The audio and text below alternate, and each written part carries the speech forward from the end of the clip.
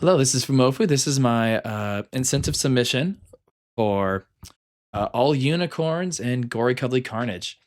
Uh, all unicorns be done on any difficulty. So if this was the incentive, this was an incentive chosen, it would be on. It would still stay on Alley Cat difficulty. Don't mind the incorrect title at the top of my stream window that I just now realized is there. Um, So, big differences in this run compared to the original is I will have to collect every key piece in every level, which will slightly change the route, really only adding 3 or 4 minutes. And then the post game challenges to get every unicorn and get the true ending. So let's go ahead and get started.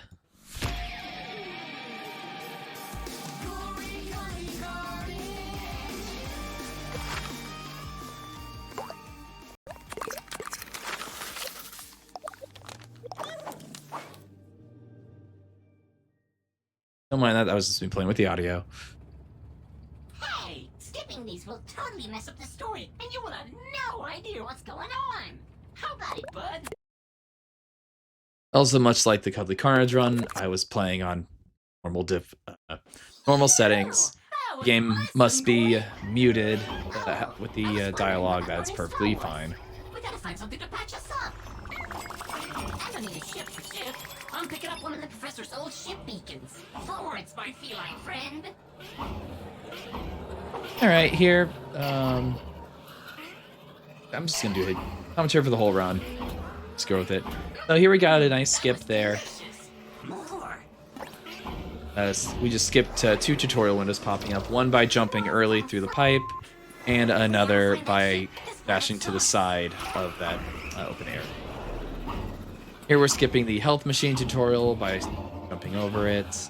Whoa, a piece of a key. Let's find them all, Gori. So in normal playthrough, you need to collect every key piece in this level. At least while playing in bounds, I don't believe it is. Well, it definitely isn't. It is not possible to stay in bounds and not get every key piece in level 1.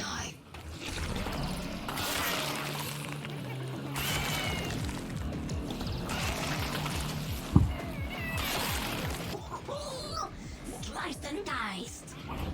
Wow, that was fun. Dork.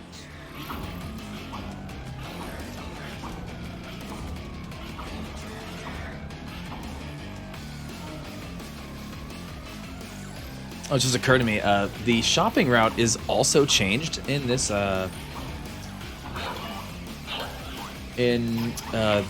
category because we approach a shop in level 2 that we don't otherwise come across due to having to collect the key.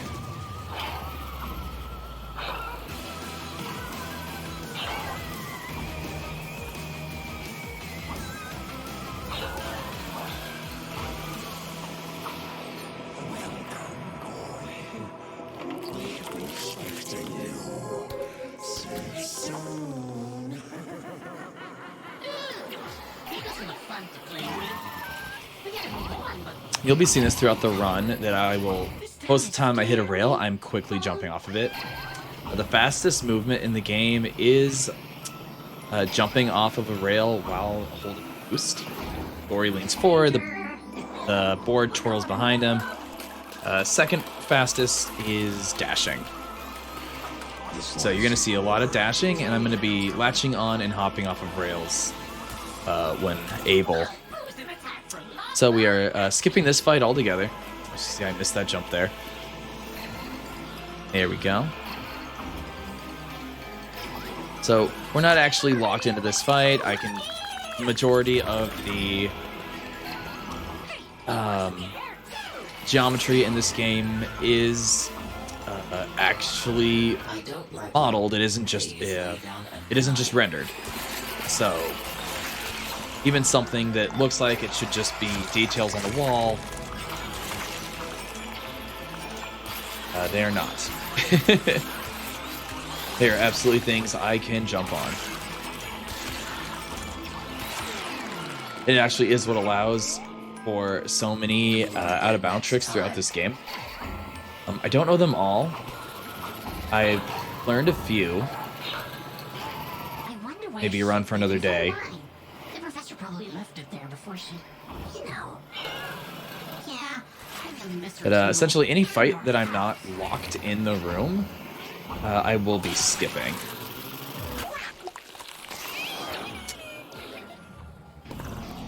Oh, shit. They got guns. And this is one of the harder fights in the game, just because I do not have the slam wheel yet. Slam wheel allows me to dispatch any enemy that isn't what I call an elite enemy extremely quickly. And this is the last fight without it.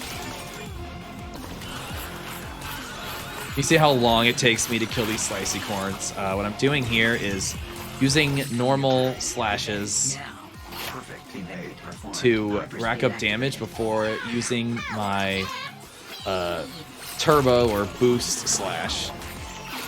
Lawnmower, helicopter, we have a lot of words for it. Because that actually knocks the enemies away from me. So I want to make sure that they're either 1 or 2 hits from dead when I use that last one.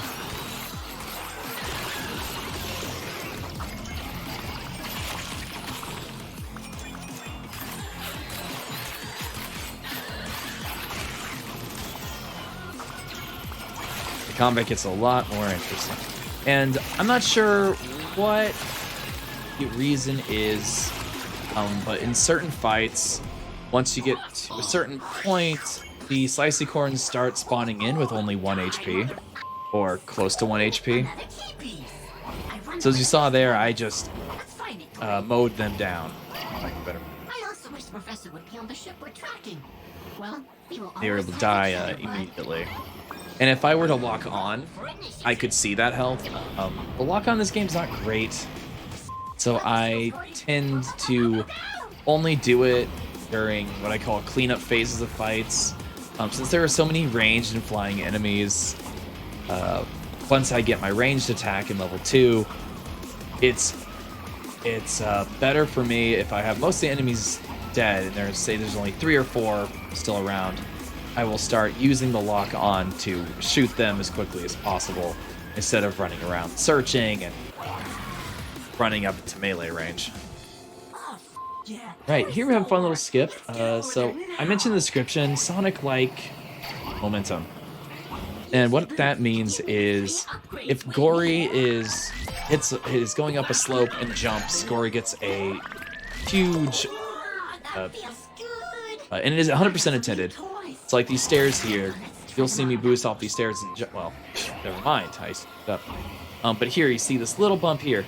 It's just enough of a ramp where I can launch myself up to that rail, jump off of it, and continue down this slope.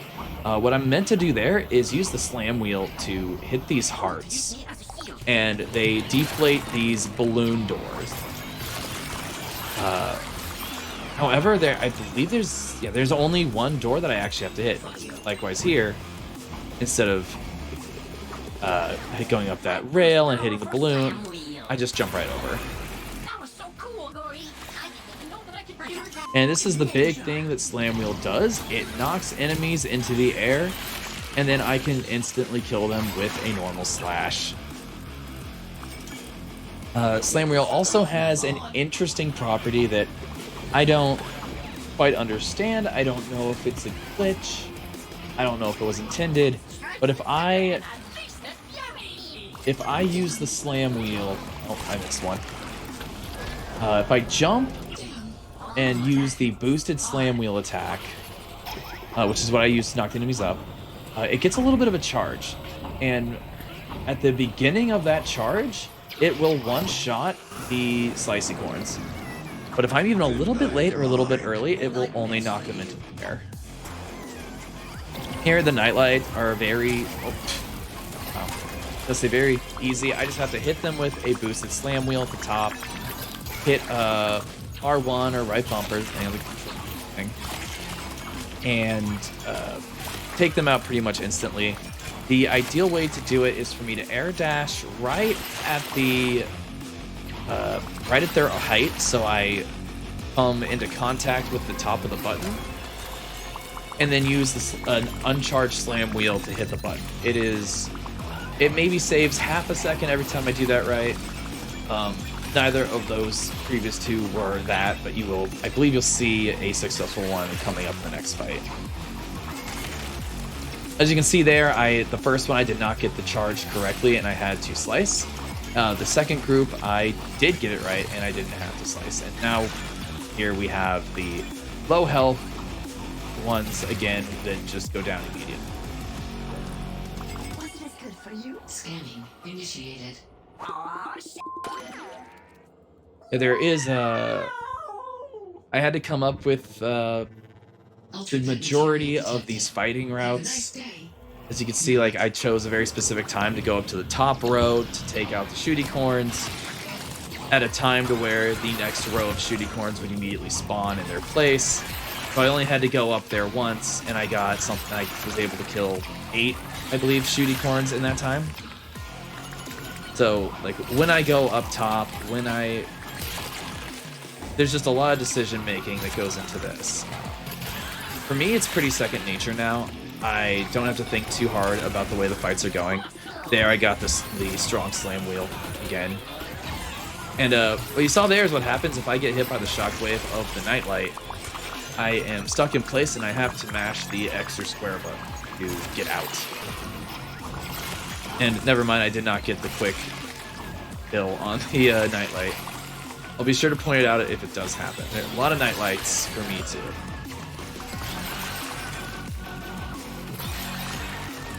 Also, depending on the situation, I will not always go for the instant kill with the slam wheel. That was some fun platforming there. I meant to wait for a... It's unfortunate. I am meant to wait for a rail to spawn, but if I do some clever platforming, I can skip that. So here we have our first elite enemy, and it is the right hand.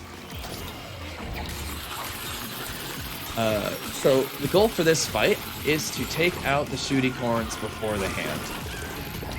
So here you're going to see me going to take all them out, because this fight is 4 groups of shooty corns and the right hand. Do you see I missed 2 shooty corns over there? So ideally I take out both groups of shooty corns immediately. Which one spawns right or left first is random, so I have to react to it. So the goal is to take them all out before they spread out, knock the hand down to deal about half the necessary damage, execute him, and then rinse repeat. The way all elite enemies work is once they fall to below 50% health, emphasis on below 50%, it won't work. It has to be below. And then I can execute them by hitting the right bumper, much like I did with the nightlight. And that is the fastest way to deal with them.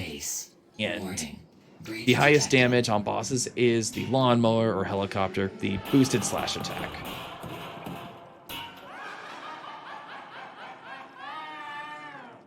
It's why it is one of our slash damage is our second priority for upgrades. So you'll see when I get to the shop, this next shopping trip, I am going to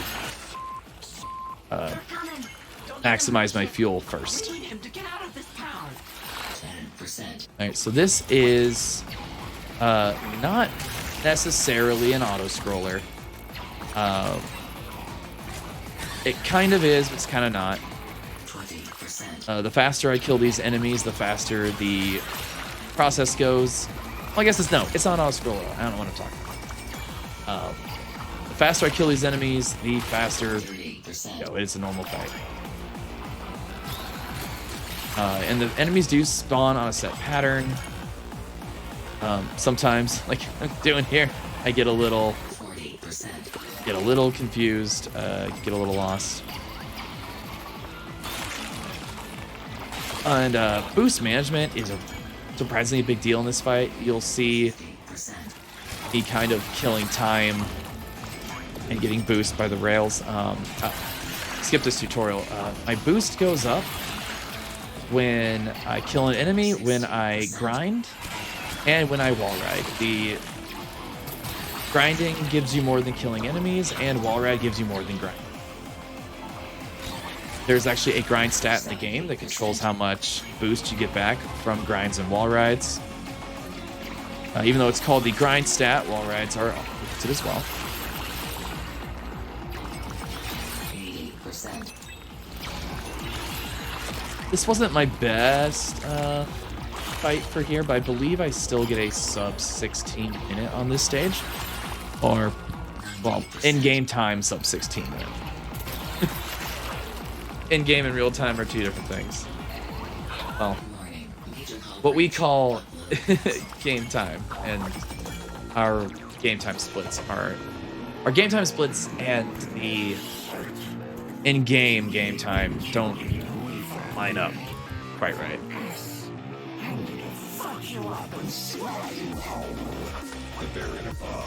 Here's our first Baron box fight. We're going to be seeing him quite a... Well, if we weren't skipping cutscene, we'd be seeing him quite a bit, but we skip cutscenes. So here's a fun little trick. The little heart balloons will knock enemies out of this pink state. I didn't mention this before, but the most elite enemies can only be hit after their attack. As you see there's this pink aura around the right hand. And they're both called right hands, even though there were two of them. So your left.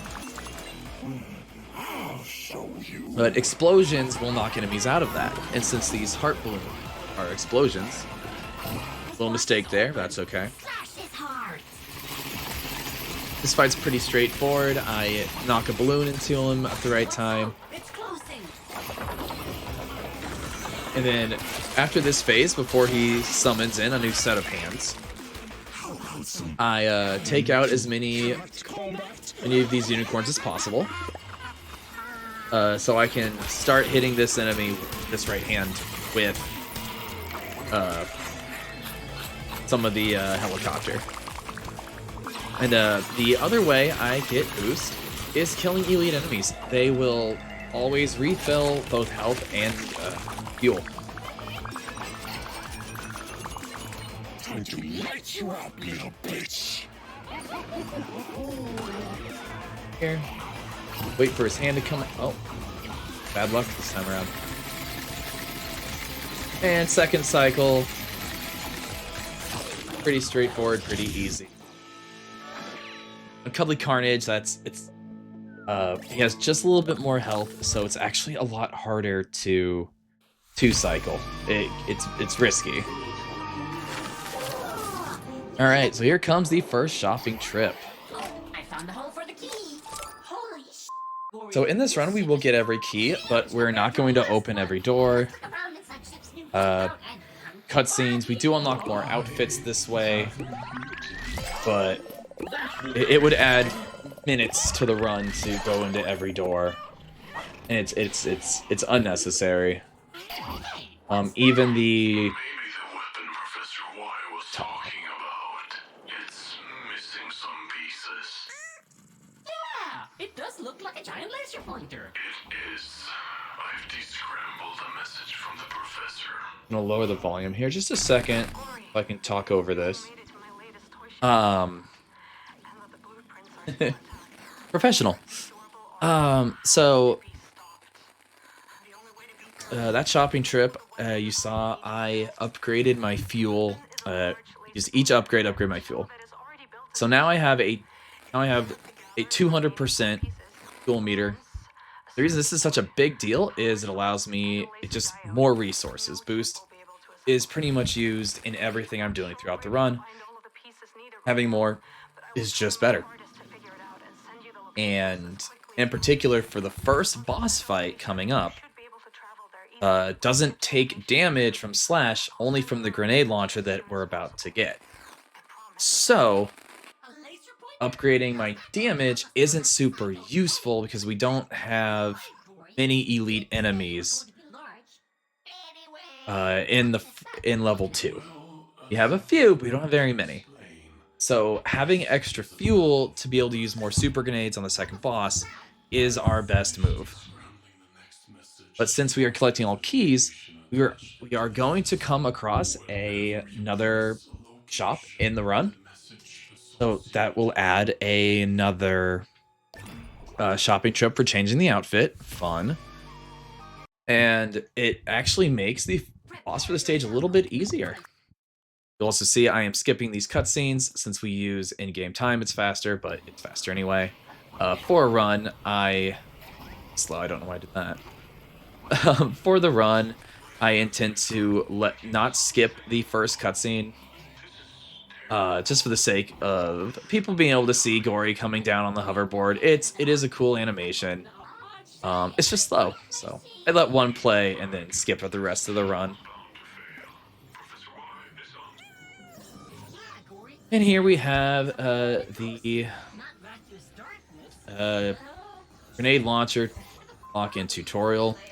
Little fun fact, in the out of bounds category, once we run into this grenade launcher and unlock it, we reload checkpoint, which puts us at the beginning of the level, and then we go out of bounds to skip the tutorial.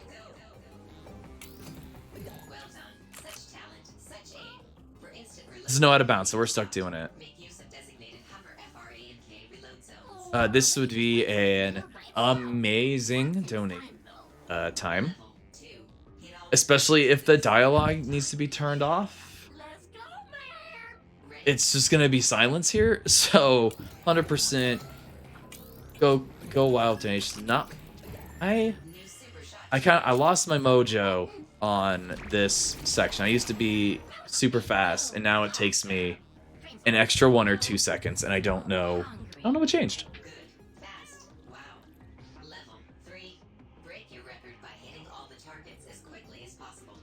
I know most of my splits are blank. While this was the first and therefore only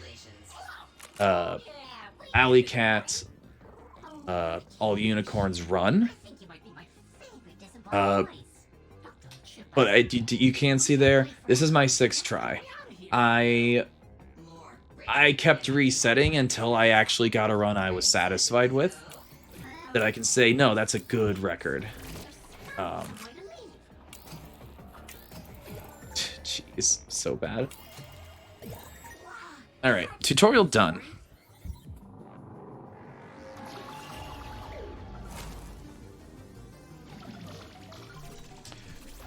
We'll say there, level 2 is, there's a lot of combat. While I have fun playing it, it probably is one of the more boring levels, so there's probably a lot of donation windows in here. This is an interesting spot where if I go too fast through there for some reason, I lose my double jump, and I fall to the floor and have to do that little platforming shooting section again. So I have to slow down a little bit there.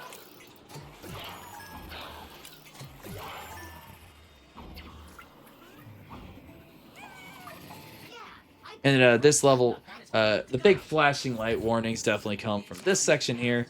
I don't know what is or isn't triggering for photosensitivity.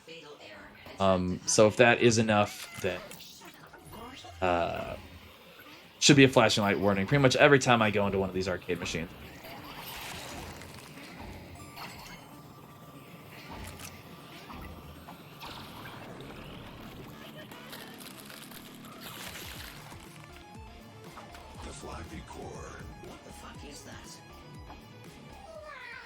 I think I mentioned in my clean version that I could set up little triggers to blank out the curse words there, but after watching a previous event, I kind of realized, okay, if a character in game says the F word a few times, and even if it comes up in the subtitles, it's not that in the world. Kind of like in Resident Evil, where it slips out. However, if this game does need to be played with the dialogue off, I completely understand. Because it's a little raunchy. but I really do still want to show it off.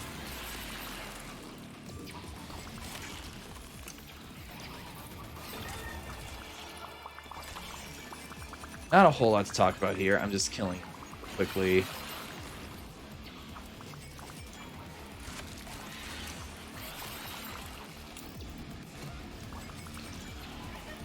Ooh, missed that shot there.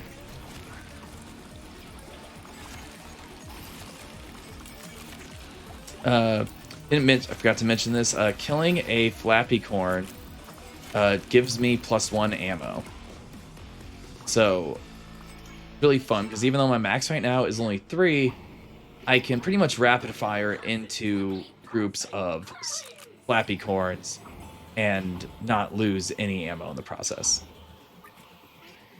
Level 4. So close. Don't stop. Ready? Set. Fight.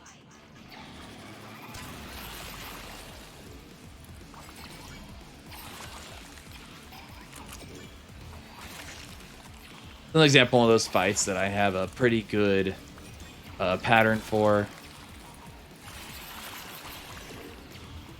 Start in the top, bounce around a little bit left to right, and then back in the middle. Kind of rinse, repeat.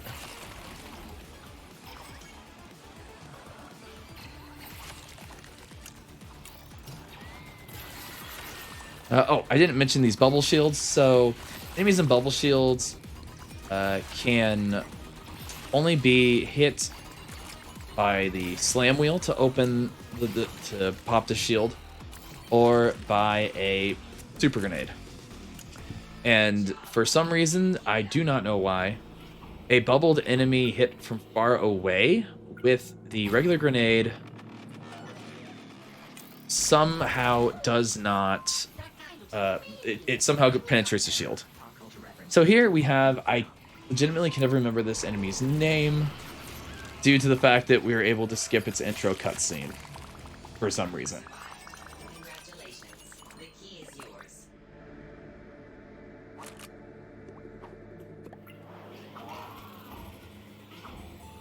But as you saw there, that we shot a super grenade, used our helicopter attack, and do another super grenade. Once we do have our slashing damage maxed out, we will be able to one-cycle those enemies. We're getting close, but these games are hardcore. It's like the platforming in that Lion game you're always talking about, Gori. And here's a level 2 is a good example of how the route will change. This wasn't great, but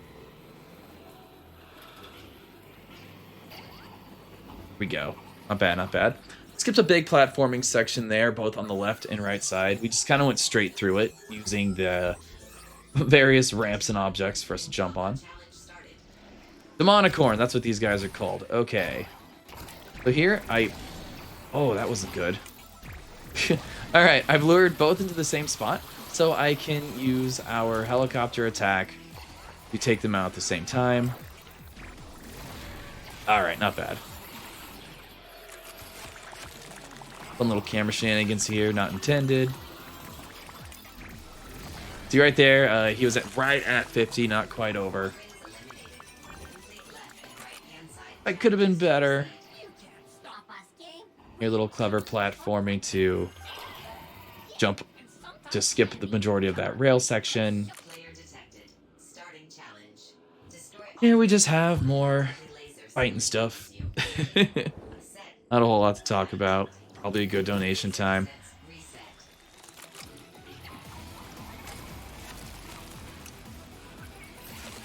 You know, some fights, there's actually some interesting optimizations to discuss. This one is really just things are gonna appear, get rid of them as quickly as possible.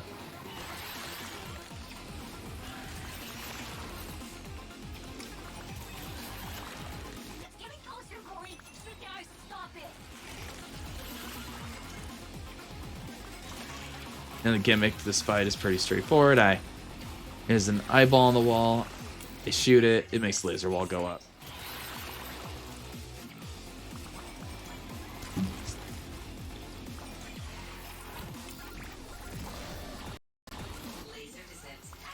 Sorry about that, but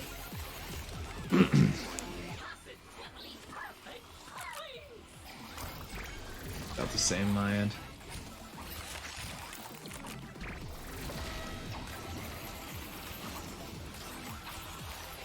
So you saw there, that bomb that landed next to me, that is the Flappy Corn's really only attack. And it's dangerous. Fights where there are like 10 of these little guys flying around. They're all shooting bombs. It gets scary. Especially on the hardest difficulty where the enemies are more aggressive and get hurt more. One bomb will do, I think, 60% of my health. And they fire them about twice as frequently. It's scary. It is, you know, of course, if let's say Cuddly Carnage is chosen as an incentive instead of all unicorns, I expect a couple of deaths. I think my world record for Cuddly Carnage still has deaths in it. It is, thankfully, dying in this game isn't that bad. Because just there's a checkpoint after each fight. So there is a little bit of strategy to this fight. If it's just a little bit. Okay, there was the quick kill I mentioned earlier. So instead of getting over him and having this big arc, I dash, hit with a uncharged slam wheel, and that's the fastest way to take out the nightlights. But the little bit of strategy here is I'm essentially waiting, killing all these enemies in here until I can see that there are two in one of these corners. And I go up one rail, use my blades to take out one side, and then quickly lock on and take out the other side. And we're going to see that again. Here I am going after the slicey corns before I go after the hand. It's just a bit of optimization. The enemies do have friendly fire, so that laser can take out some of the slicey corns. So if I go after the slicey corns first, some of them get taken out by that laser, and it allows me to save an ammo and save fuel by not having to shoot it. So there's little optimizations like that throughout the fights that I just kind of had to figure out, because there there was only one submitted, not even accepted, but just submitted no out of bounds run when I became the mod for this game. So I absolutely took some strategies from the any percent, the out of bounds category, because they were absolutely things that applied to both. But since, you know, if I were to run the out of bounds category, this run would take less than 50 minutes. But now here we are, so we lose about an hour and 20 minutes of content. Alright, so here we've got our last key piece, and here is our little extra shopping trip where we could change our outfit.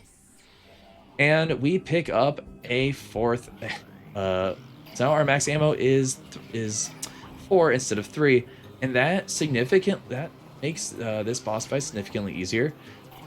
Which is ironic, because I believe this was the run where I screwed up my double shot twice and lost some time. This was the run. So this boss, straightforward. The unicorn spawn. Once they've been taken care of, he starts shooting out shockwave. Now here I am trying to... Yep, I missed it. So there is a tight window. It's really not that hard. It's kind of unlucky that I missed it twice. Sad. So ideally there, I do two. It opens his eye, I hit him twice. Opens his eye, I hit him once. Having 4 ammo gives me a second try at the double shot, but I did unfortunately miss it. However, even in this phase right here, having 4 ammo is so nice. So you're going to see me go for a Flappy Corn first to max out my ammo. A little thing I'm not a super big fan of when it comes to this game and how ammo works. Whenever you shoot a grenade or a missile, whatever, they're called grenades, but they're missiles. When one is shot, the natural recharge the ammo has resets. So if I'm 1 frame away from getting from 3 to ammo to 4, and I shoot, there we go. I got it that time. Yeah, good. If I shoot 1 frame before I have 4 ammo, I will go down to 2, and then it will start the recharge over to get back up to 3. So having 4 as max here allows me to max out on the Flappy Corns, which are not playing nice. I don't know why. I must have thought I was out of ammo. I wasn't. I thought again. And fun little fact about this boss. This is a major crash point in the run, meaning that a lot of crashes happen on boss fight. However, I figured out what causes the crashes, and now I can simply avoid them. I did not see. Here's an example of me not managing my meter very well. So I had to finish off the boss. That was a terrible boss fight. As I said, terrible boss fight.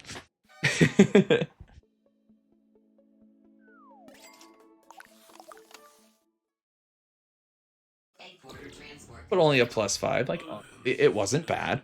Laser pointer. 3 parts left. The teddy bear thought he could kill me.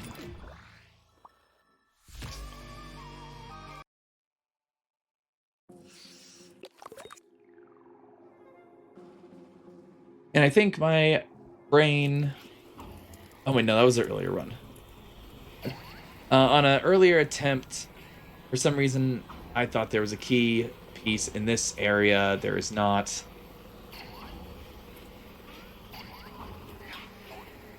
So there you saw we skipped a couple wall rides. We skipped this section there. You see these eyeball platforms. Shooting the eyeball puts a platform in place, and we are expected to use them throughout this section. But taking advantage of the speed boost that I get from jumping off of rails, I can soar right past these platform section. And a little fun fact about the wall rides is Gori has a higher jump coming off a wall ride than he does on the ground. If they are growing their army in there, there's gotta be a lot of those unicorns. What do you think, Chip? All right, and here we come down here for the first key piece. Coolio! This section we're supposed to be shooting 4 eyeball platforms. However, I can do what I call a bonk off of those thick wires to get up on a piece of geometry. Go inside that closed off pipe and then jump to this open one. Saves a significant amount of time. And that's a big part of why I really love this game. The combat, I think, is really fun. But the platforming is where, you know, the things I skip, the things I'm able to do, just with the game's physics engine, is super fun. Whatever. Let's get up. Yeah, that was a slimy corn. We don't actually have to fight him. Lucky penny. Something you'll see me do throughout the run, you've been seeing me do, is when... So, more often than not, I don't want to be in the air, because I either want to be grinding or boosting with these little dashes in between. So, what I want to do is land as quickly as possible so I can start dashing again. So I'm in the air, I can only do 1 dash per jump. That's why you're seeing me here boosting and dashing at the right particular spots so I don't have to slow down at all. And then platforming.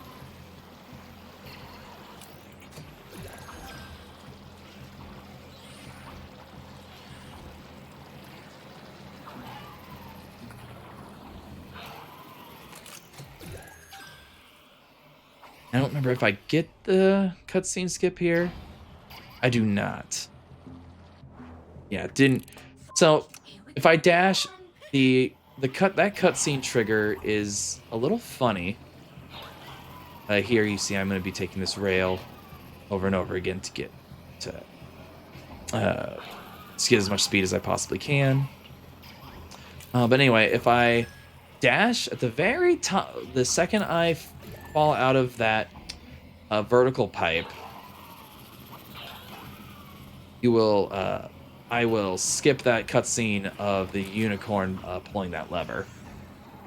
For whatever reason, the trigger for that cutscene is a little bit lower than the pipe and a little bit ahead of it. Like if you just fall through the pipe and don't move forward, it doesn't trigger it.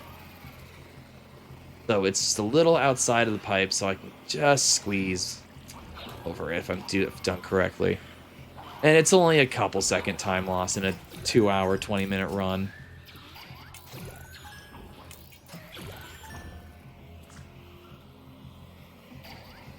And here I actually don't grind on this rail. Since that cutscene is there, I'm actually locked onto that rail. So if I latch onto it, I can't get off until that cutscene triggers and forces me off. And since grinding is actually pretty slow most of the time, it's why I'm always jumping off the rail instead of actually ever really grinding. It's better for me just to jump over that gap. We can overload the lock by shooting all of them in a quick succession. Hey, that's so rude. Whoa. So What are you guys when doing?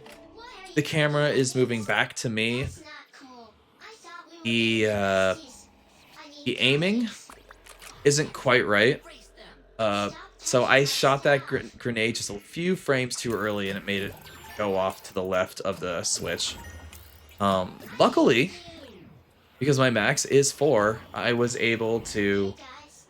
I want to get an ammo pickup, shoot the mage, the So as long as you last stay in this key room, for that I will lock, punish you. and then move on to collect, to hit the other 3 without having to collect more ammo. And here is where we are upgrading our slash damage. So now all of the elites in the game we can knock down one time, and finish them just by using our little helicopter attack. One condition. 1 is the easiest number to remember. I hope you like my new toys. Not scared of your toys. The demonic horn. Bringing the heat. Wait, it said the other one. The other one isn't demonic. That's demonic horn. That's what I thought. Ooh, not. A little unfortunate there that I had to shoot him again, but it wasn't so bad because now I actually have to fight these slimy corns.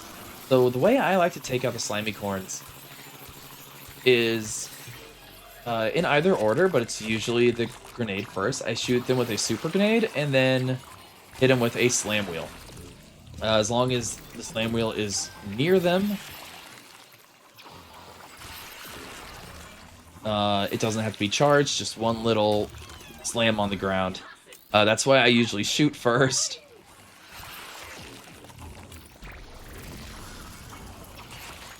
You also saw me shoot one of the happy keys, as the game calls them, during that fight, which turned on electric current that a few of the enemies got caught up in. Okay, so we go into zone B2 here. So once both rooms are finished and all the happy keys have been hit, I I get another slime chasing segment. And during that segment on this chamber, the right side, for some reason the game lags when the slime is filling and loading in. So I come here first, so the the slime spawns in the left chamber, or B1. Also, the only reason I do the B side first is simply a matter of that's the side the shop is on. So I go to the shop and just jump over to the nearest chamber. As you see here, these annoying shooty corns with bubble shields spawn on the side closest to the door. So I have to time out my shots throughout the fight to take them out. Ooh, that was a good sniper. To take them out without having to go over there and making sure I don't run out of ammo or fuel.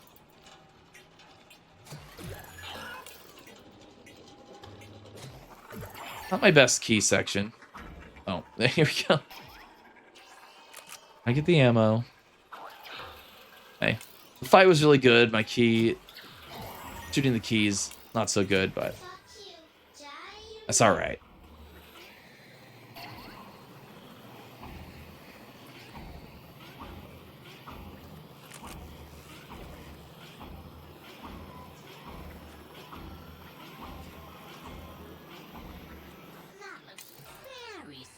And we shoot the fake happy key, and then we start slashing at the hand. You see how much damage I was able to do before the hand even became invulnerable. Little fun fact on the easiest difficulty, indoor cat.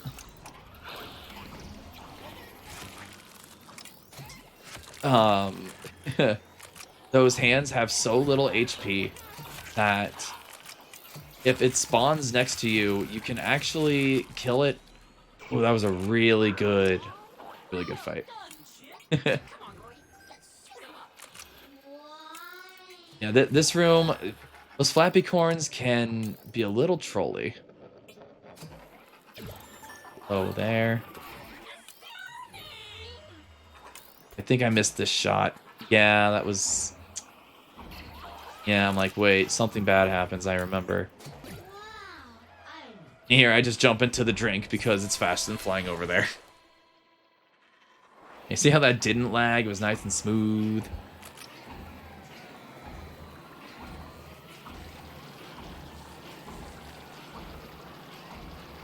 And once we're out of here, we are going to go into one of the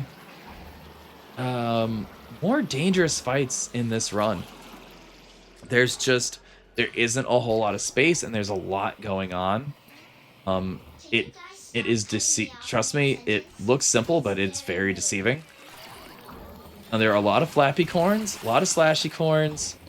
I don't have a whole lot of health at this time of the run, and the whole time a demonic horn is just hitting me and knocking me around with the flamethrower. I think here I was super excited. I'm like, cool, fight's over. But I think there's one flappy corn still. Oh, no, fight's over. That was a really good fight. That one's scary. I don't die there very often on Alley Cat. I die there frequently on Cuddly Carnage. Because I mentioned the flappy corns are a lot more aggressive, and they can two-shot me. So I'm dodging bombs left and right, Cuddly Carnage. So here, I don't often try to get the... Yeah, you see already. Getting the demonic horns to group up is a real pain in the butt. So I often don't even bother trying. I just kill one and hope the other one kind of... It's close. The reason I shot that first demonic horn is I didn't want him... That's unfortunate. Yeah, I don't know why I was wasting my time not using Slam Wheel there. Things happen. Set up the lightning again just in case. There's a big thing about the demonic horns. Their flamethrower doesn't necessarily do a lot of damage on Alley Cat, even on Alley Cat. Or they do a lot of damage. Not damage. I'm sorry. They do a lot of knockback. So I could be sitting there using my helicopter to try to take out demonic core number 1. Then demonic core number 2 just comes by and goes, "Oh hey, what are you doing there?" Starts hitting me, and now I'm getting knocked away. And I don't want that. That was harassment. I'm taking this up with HR. Oh, you know, I just realized I think there's a crash. I think a crash happens at the end of this run. It makes me redo a section of the final boss fight. It's a rare crash that I don't know what causes it. A lot of the crashes I know how to avoid. Some though just okay. But the majority of my runs now are crash free, since I have an understanding of why they happen.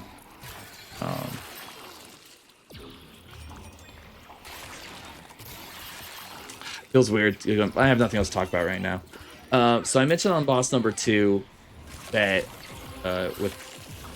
where I was using the grenade launcher throughout the entire fight. It's a big crash point. What a lot of the crashes in this game are caused by is, so you see how Gori gets locked into these animations, like what I just did there, taking out Nightlight. Well, the game doesn't like it when Gori or another actor in the game isn't where it's supposed to be when a cutscene is triggered. So in boss number 2, where you see I'd grind on the little legs, hit them with the board, and it would explode and fall off. If those are not set in place, so if you try to grind on them when they're still unfolding, more often than not, the game's going to crash. The game doesn't like it. It's like, oh, hey, this is supposed to be here, but it's not in the right position. And fatal error and the game crashes. And there's a boss later where you're going to see that I take out all the enemies before I do a finishing blow on the boss. Because likewise, if I'm knocked out of that cutscene, or I'm hit by something at the beginning of the cutscene, it will cause a crash. Here's an interesting room. The keys are up at the same time I'm fighting the enemies.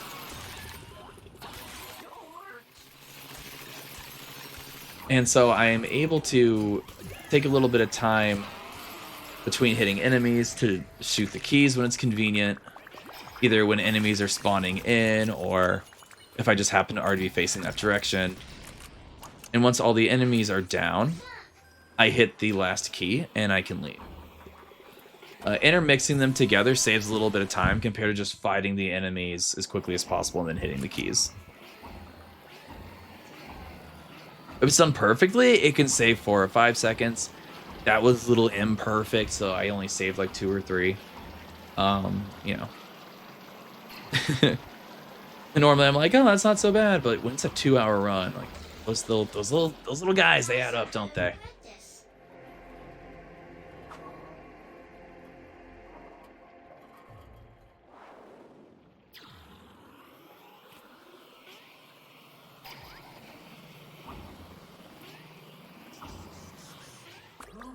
Right here, grab that last key piece.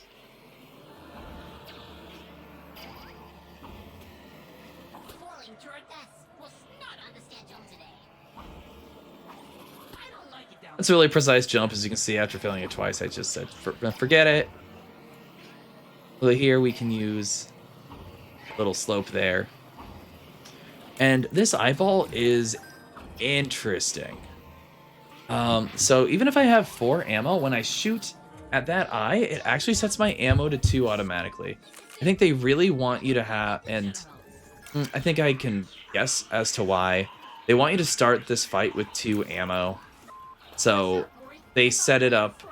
They set it up in the code to like, okay, when that eye is hit, set ammo to 2. That way, if you had 0 ammo by the time the fight starts, and they didn't put like an if statement in there or anything, so it's just so even if you should be at 3, it will knock you down to 2. I knew you were cheating. Let's even it out. All right, I will explain that phase that happened there, second time around. Here I got a pretty good spawn thing here. After that first phase, I have to destroy this demonic horn to start phase 2. So what I'm doing here is I am shooting these keys. Now I don't have to shoot every key. I have to shoot every other key, as you can see here. When I knock out this key, oh, I miss. It depletes the connection between it and the 2 other keys. So I could shoot each one, but that will it'll take more ammo and it'll take longer. Meanwhile, using every other key takes it down incredibly fast. Here I got almost a 1 cycle. If I have perfect movement and a perfect angle getting on the back of this guy, it's a 1 cycle. I was 1 hit away. In the easier difficulty, since the boss has lower health, it is much easier to get a 1 cycle. Cuddly Carnage, I don't believe it's possible. No, no, no.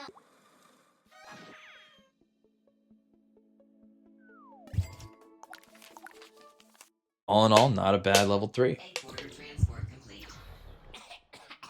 Wait, why am I coughing? I don't have lungs. That place was really dirty,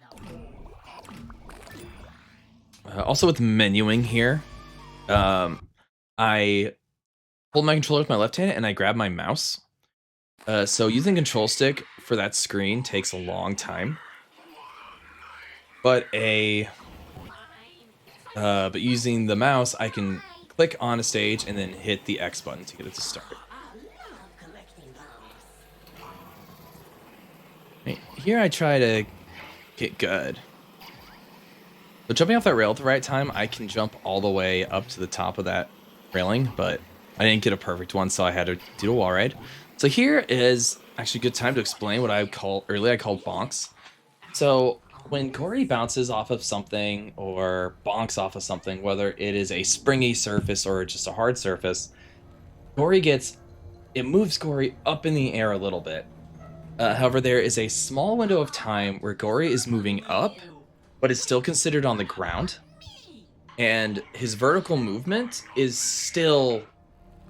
his vertical velocity, speed, is still very high, even though I'm on the ground.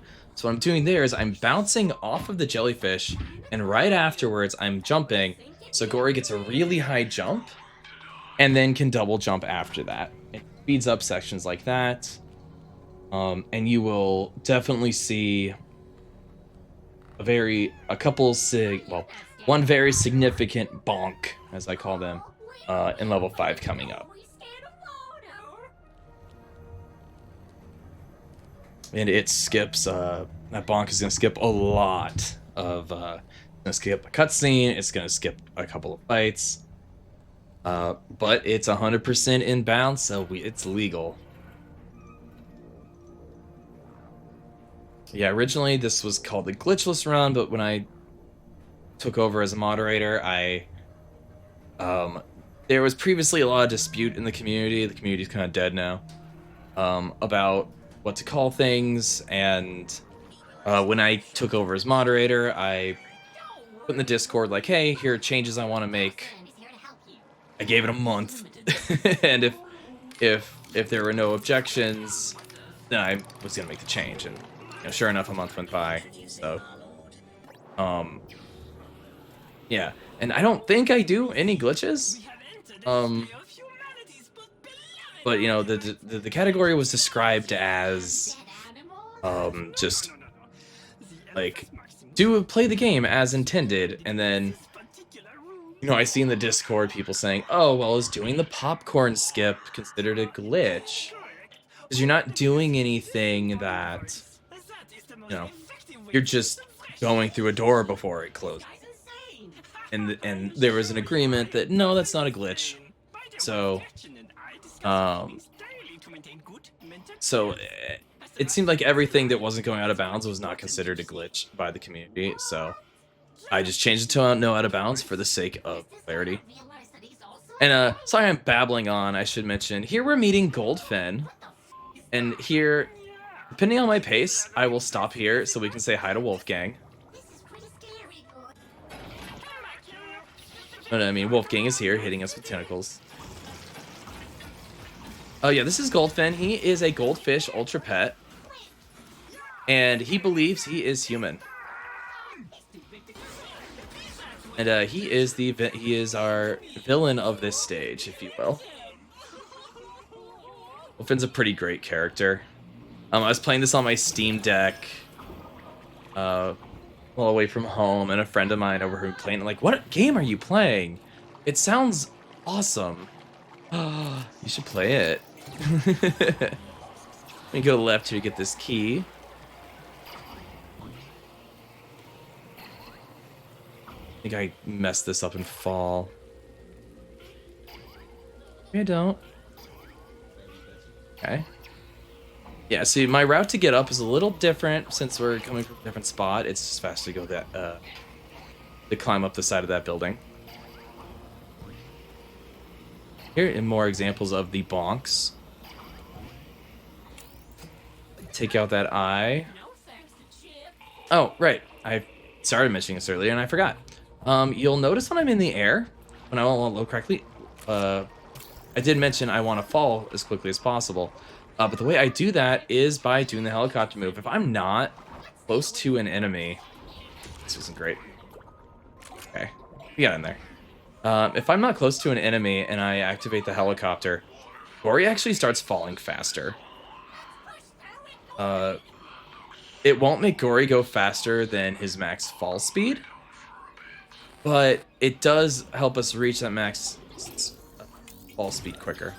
And here's a whole room that you're supposed to do these grinds and wall rides, but I just jumped straight to the oxygen barrier generator, which allows me to shoot the eyeball and pretty much just skip that room. Kind of looks like a whole nothing burger, but ooh, that was a mistake. And the missile launcher does not work underwater, so you'll see in a few spots I have to hit an oxygen generator to allow me to shoot an eyeball. And running out of oxygen doesn't kill Gori, but it will make me start taking damage, and the damage starts really fast. Oh, this was almost really bad. Those little pink bubbles are created by the sea corn. The sea corns are a really cool enemy in this game that I hate. Here you see me getting a bunch of the one-shot slam wheel kills in a row. Very nice. But you see here, this is what the sea corns do. They create these little barriers that make anything covered by it completely invulnerable. So if they're around, I have to kill them immediately. In this fight, there are a lot. And right there, you see when I get close, they spawn little pink bubbles that make me slow down. It's kind of like a little time warp bubble. And they can, getting stuck in one at the wrong time can legitimately cut 5 or 6 seconds. Not cut, I'm sorry. Add 5 or 6 seconds to the run. Oh, I have to be so careful when they are around, because there is no kind of tech, if you're a Smash player or like Kingdom Hearts, where if you hit the attack button while you're being knocked back, you kind of do a little flippy recover. There's nothing like that in this game. So if I get hit and I happen to be in one of those bubbles, or I get hit into one of those bubbles, I am stuck in the I'm getting hit animation as it plays out in slow motion, and it is the worst. Luckily, they don't have too much HP. They will either die to a charged slam wheel hit, a 2 uncharged slam wheel hits. Or what you'll see a lot of is me using a super grenade. Super grenades, one-shot them, even the highest difficulty where they have a lot of health. So that is my primary go-to. And trust me, I know we are an hour and 3 minutes into this run. And trust me, the run picks up significantly in the later chapters. Here I unfortunately wasn't able to get these 2 elites together, so I had to kill them separately. A little bit of oh, and then see, this is what I mean. Those Seacorns are the worst. Now I'm out of ammo, so I can't kill the Seacorn with it. I have to save it for. It's a pain. Really well designed for the game. Just 100% nightmare fuel for the speedrun.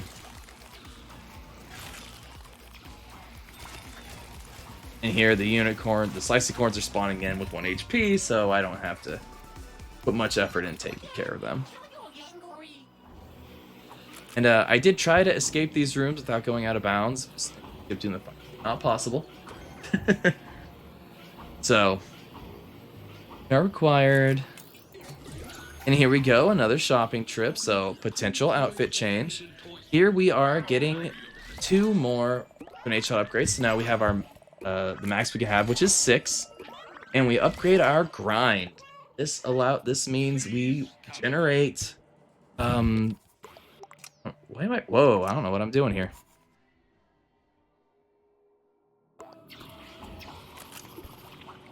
Probably must have been. I had both key parts. Oh, okay. Making sure I had both Take key 10 parts. second time loss to make sure I don't have to come back into it again.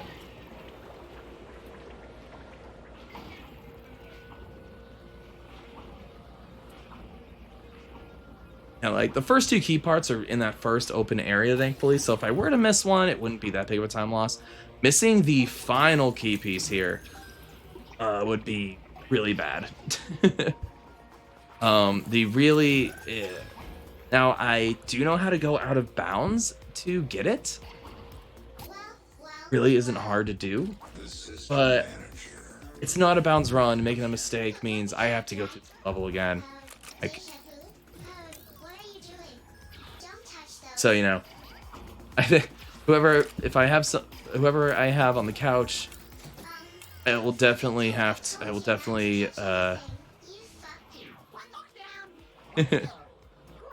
definitely will have them be like, don't forget the keys. This section we have another happy key lock opening section.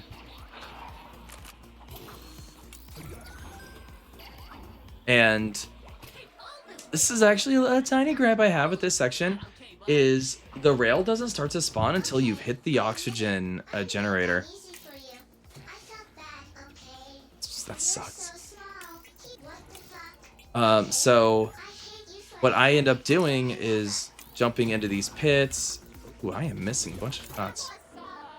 But jumping over these pits instead of waiting for the rail to spawn, and it's much faster. Waiting for the rail, actually, the oxygen generator will shut off if you wait for the rail and then only use the rail to shoot the keys. So you have to hop on the rail twice. I don't like it, so I skip it.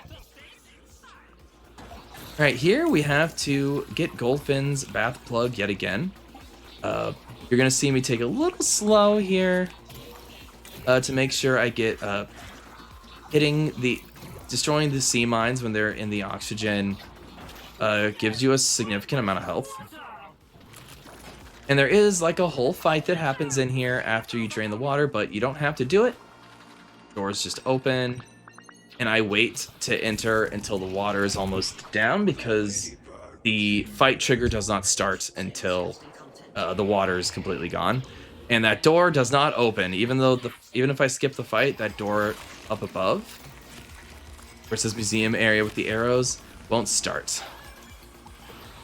And all right, this is just like the level 3 boss. I grind up its back, hit it with a helicopter, and take it out with a the execution move with the right bumper.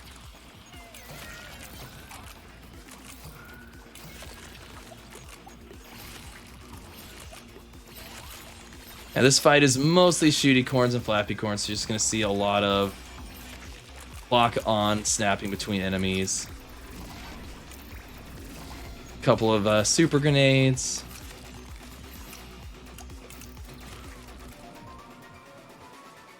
It's a really good fight. Here I'm gonna do a little bonk off the sand here to get to the top a little bit quicker. Still be able to grind on the rail and get that little speed boost.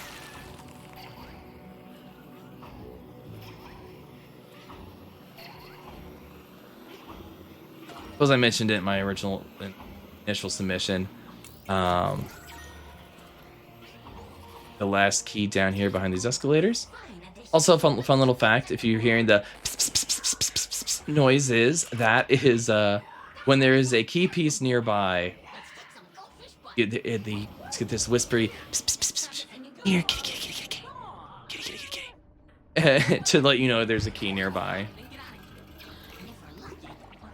All right, now here I'm actually not going to be boosting until the fight starts, just because this fight does take a lot of. Ooh, that's unfortunate. Does take a lot of fuel. Again, having 200% fuel is a huge lifesaver when it comes to fighting these bosses. So here, same thing we've been doing. Lure a mine, open the bath plug, and I just hit him with 5 grenades, and I just helicopter until Goldfin goes down. Goldfin's backstory is actually really sad. I could have someone on commentary explain it. But that was a really good level 4. Like, it was even faster than my level 3. Like, that's really good. Oh no, it was actually a little bit slower. In-game time's funny, isn't it? And so some little bit of lore after that fight. Goldfin is like, please don't hurt me, please don't hurt me. I'll join you. And so now Goldfin is an ally. In true Sonic the Hedgehog fashion. Hey, don't hurt me. What if we're friends now? All right, so here, this is my favorite stage in the run, even though I make it. Yeah. I think this. Oh my God, what? Come on. I keep getting hit, bonked. I keep getting a small bonk on the sidewalk that I'm not meaning to. So the tricks in this level are really fun. As you saw there, I just ran into that pillar and got shot up to the side there. And honestly, that time I lost there, no big deal, because I was gonna have to wait for these dolls switch what card they're holding.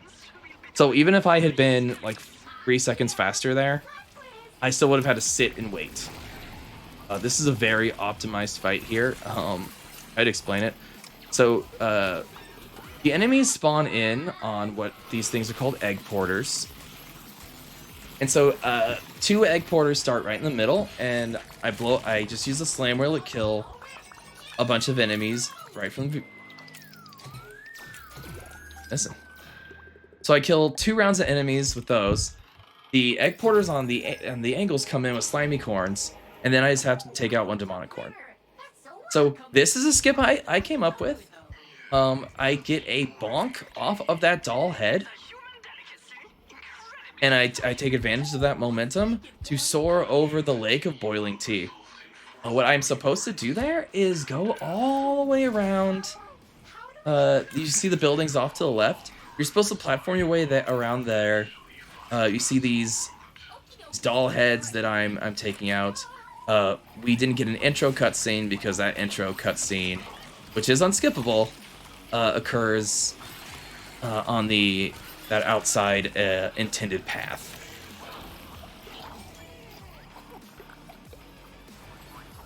Oh, okay. I was So typically if there are enemies close enough to Gori when he's in the air, he'll kind of dash towards them while slashing there. And see, I was struggling to pull that off. And you saw there, the slimy corns can just be a little trolly. Their hitbox is... lock on was cool to me. Their hitbox is a little bit larger than what it looks like it should be. And so sometimes I'm trying to hit him with that slam wheel to finish him off, and it's just not happening. And the doll heads that I'm taking out, they can be killed one of two ways. What you're gonna see me do the majority of the time is take advantage of the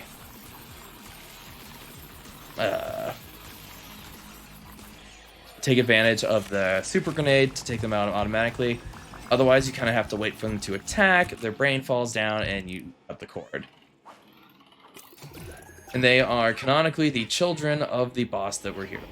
Right here, you see this dollhouse. That is an elite enemy. However, we don't want to fight it. We don't want to see its intro cutscene. So we are going to come over here, jump on this. It's very precise, and I have to make sure I do not hit these eyeballs. Land right on that button. Perfect. So the double jump in this game has a hitbox on it. So when I'm jumping there, if I double jump when I'm next to one of those eyeballs, it will hit the eye, it will open the dollhouse, and I have to have the cutscene. And then I have to do that trick with post-cutscene with a lot more enemies trying to hit me. The hitbox on these buttons are really, really small, and I really gotta cram myself in that corner. Like, not perfectly, but semi-perfectly. So getting it in 2 tries is not bad. Ideally, I get a bonk off the doll head there. It's a really hard bonk to get. It's inconsistent. But if I get it right, I can just jump over the wall. And if anyone's watching and they're like, hey, you went out of bounds. Over that wall is 100% in bounds. When you finish that fight, the gate opens, and you go up onto the top of the wall, do a bunch of platforming around the outside of the arena, and end up where I landed at the top of the wall on the left side. So I never go out of bounds, I just go over a wall that I'm intended to go over. Not a whole lot to talk about in this fight, just kill the elites when they spawn. Let's go. It's going fast.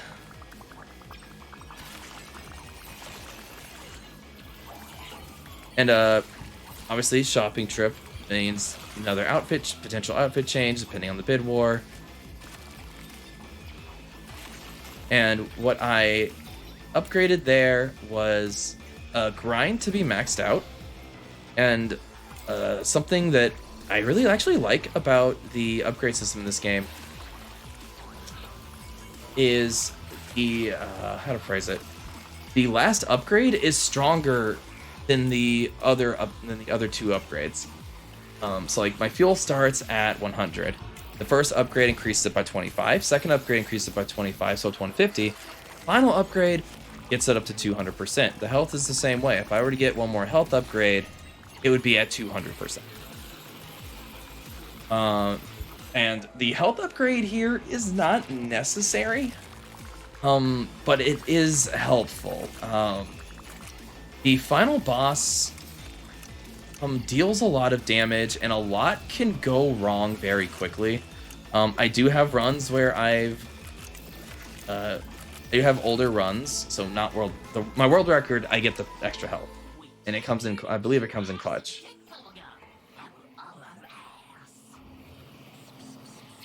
Tries does this take? Only 2 tries. Okay. So here we're supposed to go through the gate and come up. You see the door to the left over there. Go through here, over to the left, fight some, have a little fight, and then jump up to that platforming area up there to get that last key piece and continue on through that center door.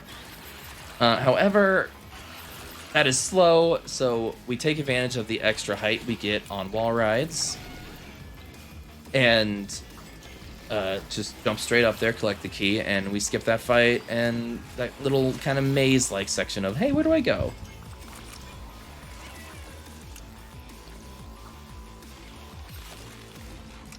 I have tried and tried time and time again. Ooh, unfortunate. To be able to skip that big fight in that courtyard. There is an invisible ceiling up there that prevents me from getting up there and going through the open doors. There might be a seam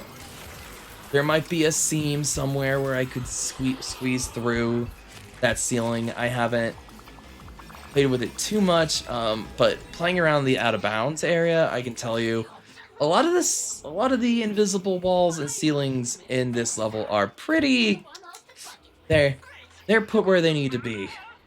Like if you go too far out of bounds, it's actually not possible to get back in bounds in certain areas. You have to. And, here's a pretty fun section where it's just a lot of platforming, taking advantage of boost ramps to get up to boss of the stage. All right, this boss is pretty cool. We start off with 2 super grenade shots to the hands, and we helicopter, and we want those slam attacks so we can get a perfect evade, and then boom. And we can one cycle this boss, as more often than not we do. I really, as long as I don't make any mistakes. So here I'm gonna shoot this doll in the eye, and that is gonna refill my boost. That way I don't have to linger on this rail, and my ammo just really conveniently refills to where I can shoot all 4 eyes. And this might be suspicion, but I feel like I don't have issues where the brain goes back up and I miss the one cycle when I turn the camera away.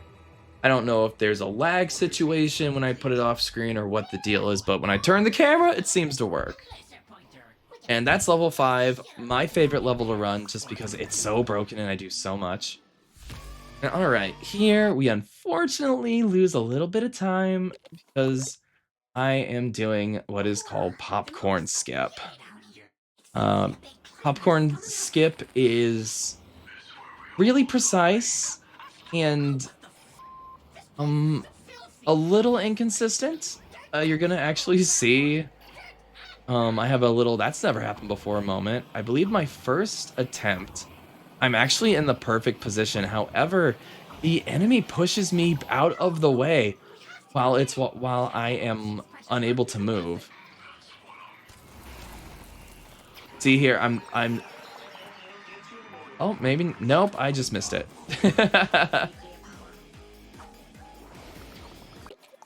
Didn't quite get it. Yeah, So I didn't feel good about that. So the fight I am skipping here is so long. It is the fight, it's popcorn skip because it's the fight that introduces the popcorn. And to get you into the habit of how to fight them, they spawn one at a time in 4 corners of this entire area. And then there's a few elites that spawn, and it takes so long. I believe here's the time where, yeah, right there, I landed on top of the popcorn's head. I've never seen that. The popcorn pushed me out of it. I had it. I have never ever seen that happen. Never happened before. That? And I think I mentioned it here, even missing it twice and then hitting it the 3rd time still saves time over doing the fight. That's how long this fight is. That's why the skip is so worth going for and trying to over and over again. I think missing it 3 times and getting on the 4th still doesn't lose time. All right, that's better. That looks right. So essentially, I'm positioning myself to where I'm already partially into the door when it starts closing. Doing that long ass fight with 3. I'm sorry, 2 fails. And here we do a little bonk off this wall and a ramp on the stairs to skip a cutscene where we hit a button and little pink goo. This pink goo starts filling up the arena. Here we just have some fun little platforming. Ooh, that wasn't fun little Oh, Okay, that was sick though. That was not optimal, but it looked cool.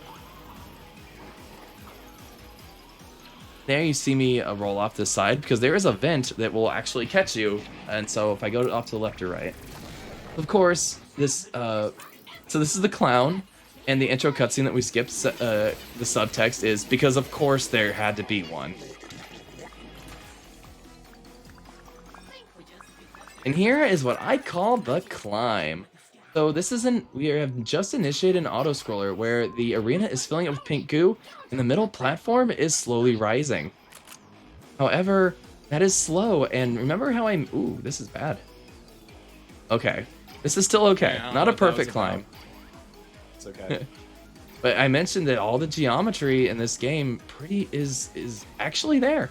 So these little lights, I can just climb up the wall and I parkour my way up and get my directions all. I can just parkour up and skip this whole auto scroller. You're actually gonna get to see me do that again because there's one of the unicorn challenges is surviving that auto scroller without taking any damage. However, it ends simply when you go through the door at the top. So let me talk about the dollhouses. On Alley Cat difficulty, spinning around with a helicopter is not enough to one cycle them. So one of two things has to happen. One, you wait until a slicey corn is kind of in the right position to do a jump attack at you, and then you dodge it and use the extra damage and slow down time to get the extra damage into one cycle, the dollhouse. However, there is a second way, a more consistent way, that I need to do more often. I mentioned that there is a very specific window with the slam wheel that can one-shot the slicey corns. Well, the same goes for the dollhouses. Not that I can one-shot them, but if I hit them with that... Go in the hole, Gori. What are you doing? I got grumpy. What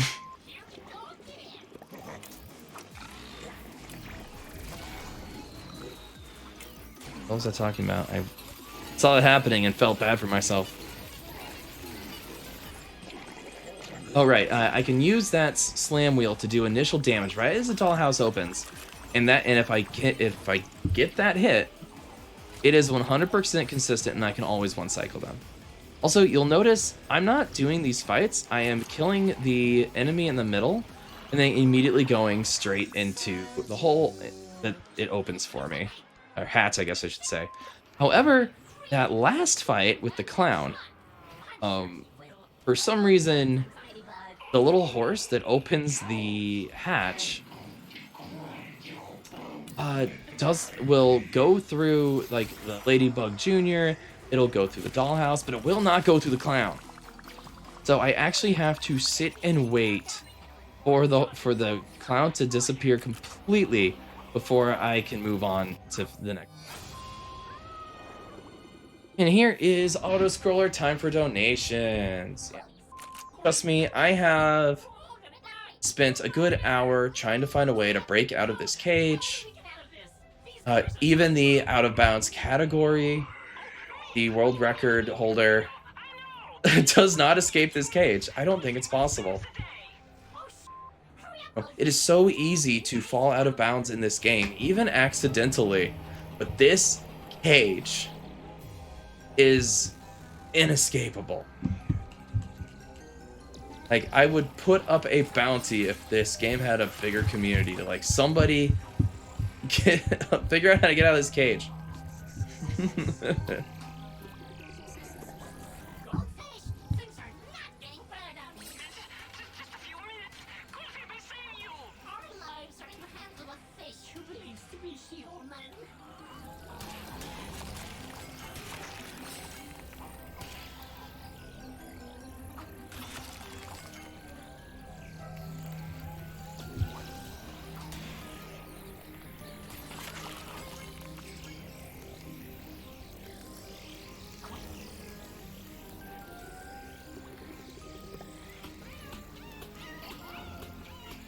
You see how truly little I care.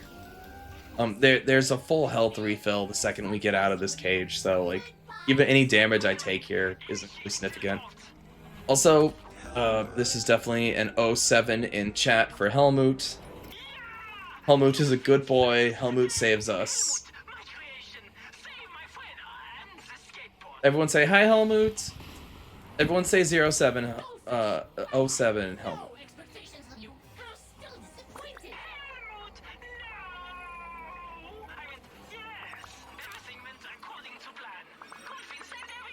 Sure.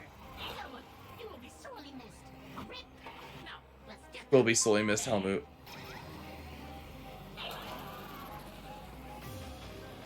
Alright, this fight is actually a pretty fun one. So, I take that speed boost I mentioned from hopping off the rail to go straight to the rafters over there, take out those shooty corns. Taking them out first means once I finish the slicey corns, these shooty corns will spawn in. And this dollhouse is actually a bit... Oh, here I get it. Yeah, right there. So, I believe I do one cycle this because I started with that slam wheel. Yeah, look at that. But yeah, the nice thing about that particular dollhouse is it comes in so early in the fight that even if I don't get that one cycle, I can just go and fight all of the other enemies in the area while it puts another eyeball on the ground for me to pop it open with. So that's how I open them up, by the way, is the little eyeballs that sprout out of the ground.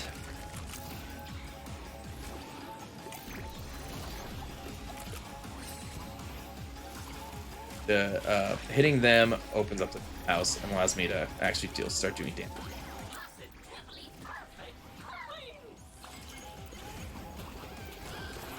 Also, a fun little thing about the slimy corns, they do drop a fuel. However, unlike killing an elite where I can kill it and then run away, the fuel kind of stays on the ground for a little bit and I can go pick it up for... I don't know how long, but it does disappear after a little bit of time. And that was a pretty solid fight. Once again, like, I don't try to group the demonic horns together. I just take one out as soon as it spawns, and while I'm taking that first one out, the second one usually has walked all the way over to me. So I can just kill one, and the other one just comes right to me. Alright, so this fight, we are taking out the bear in the box with the laser pointer. Throughout this game, we've been collecting a couple of gems, as you saw in level 2, a circuit board in level 4. I don't remember what we took in level 3. A lens. And this has created a supercharged laser pointer. In other words, a laser cannon. And we are trying to get Bear in the Box into a position where we can shoot it at him. So this boss, you're gonna see me taking things pretty slow, and it is simply to avoid crashes. So I mentioned crashes occur a lot in this game when a cutscene is triggered, and Gori or another actor in the game isn't where the game wants it to be. And in this fight, when we're turning the train tracks to make the little horse hit the bear in the box after I've hit him enough time with the super grenades to deplete that top health bar of all the HP. Now I could be super risky and just hit the switch right away. However, if a popcorn or a slicey corn makes contact with me and knocks me off of where I'm supposed to be, and that switch is hit, the game will crash.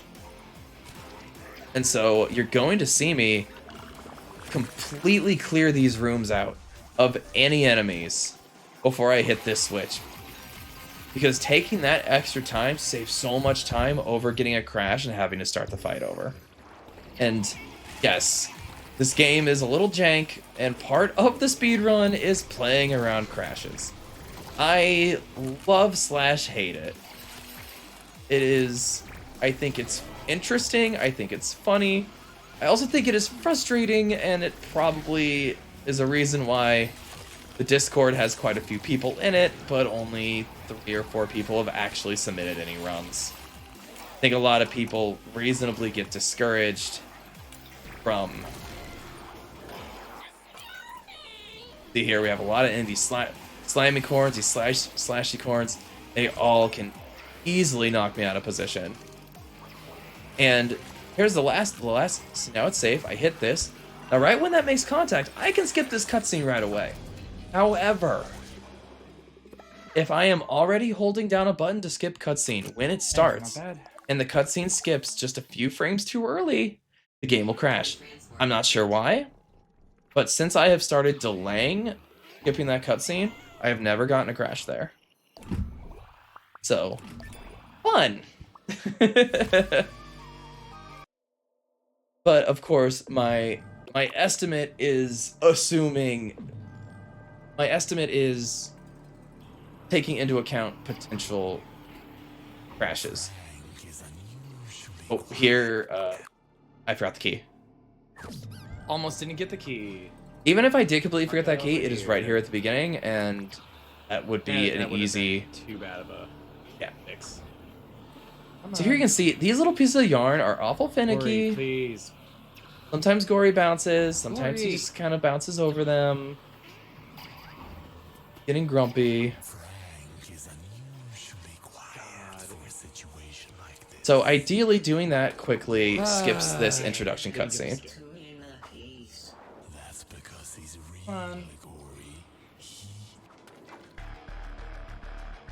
So the intent is to get to this cutscene first, and it kind of overwrites the cutscene trigger of the plushie.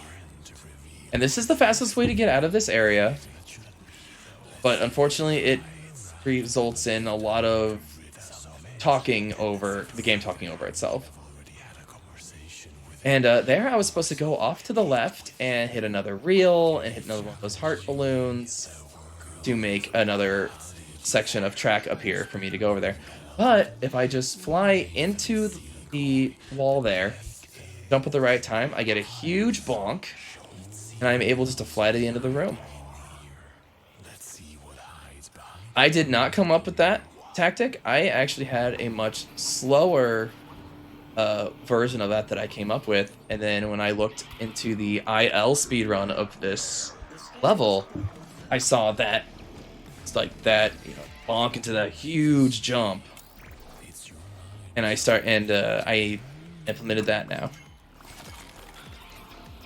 I actually, and after learning a few things, like I don't know how to do the out of bounds strats for every level, but this level I actually do have the IL world record for any percent as for out of bounds. You know, I saw the current record, which is good, by the way, still good. But I just saw it, and I saw a handful of optimizations that I knew I could, or just a few things. I'm like, oh, if I cut this, I could cut this jump shorter. I think I could do the, I don't know what I was thinking there. Oh, I didn't want to shoot a grenade to save, because I was low on boost, but it wouldn't have mattered. That's what I was waiting around there for. See?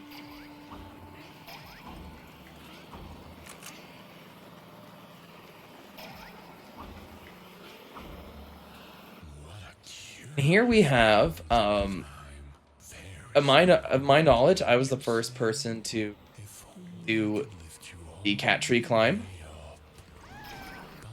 So what I'm supposed to do is kill a couple of right hands that opens that jaw, and then I walk in here and start this platforming section.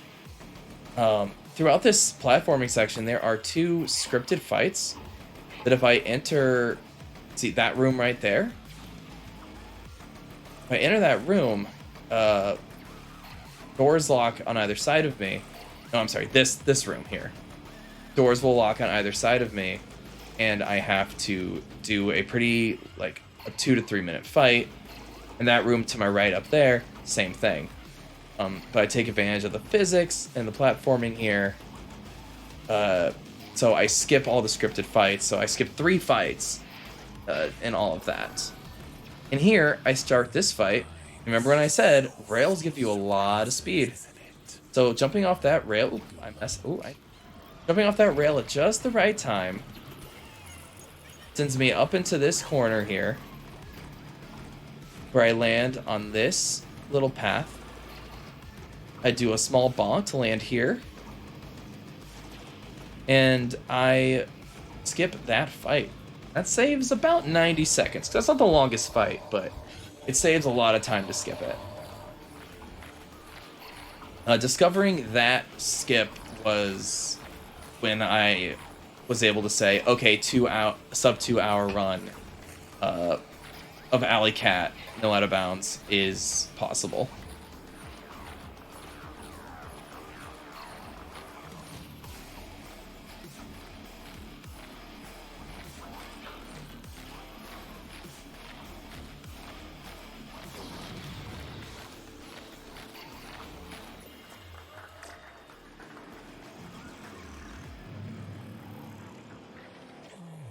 It's spreading faster than I anticipated. You better hurry, Gori.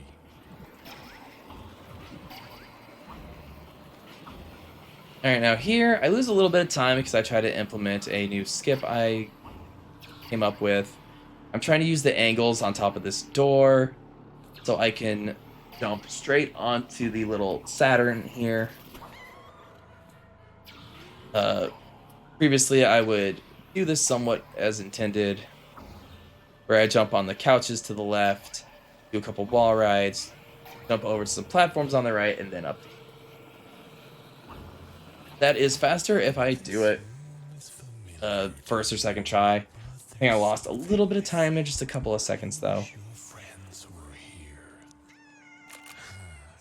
And this key over here on the right is very easy to forget. A little out of sight, out of mind. Now here we have 3 fights that we need to do to bring our friends back. So first is Goldfin, then Chip, and then Frank, our hoverboard.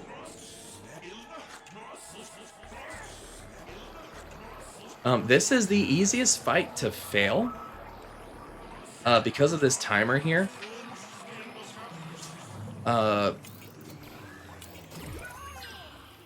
I lost a really good run because it didn't occur to me that that oxygen generator underneath the eye was there. There is a part of this fight where it fills up with water until you take out a couple of sea corns.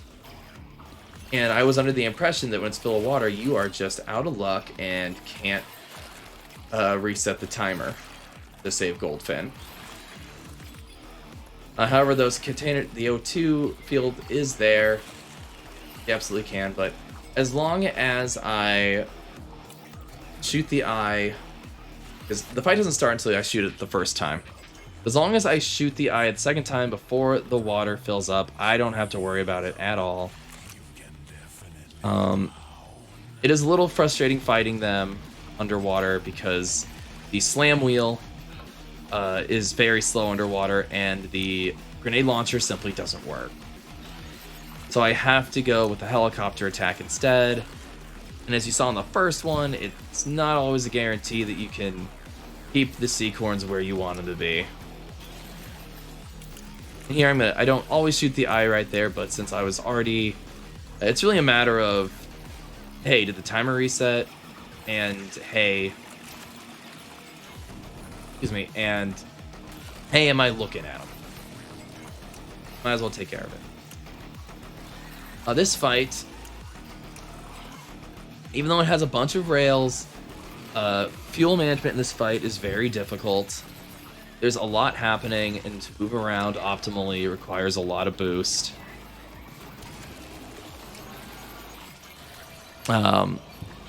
Luckily there, I got that finisher off before the sea corns appeared. Once the demonicorn goes down, the fuel management becomes a lot simpler. But up until that point, it's very easy to run out of fuel here. See here, there it is. Yeah, when I can't find an enemy, I just kind of spin the camera around, mashing R3.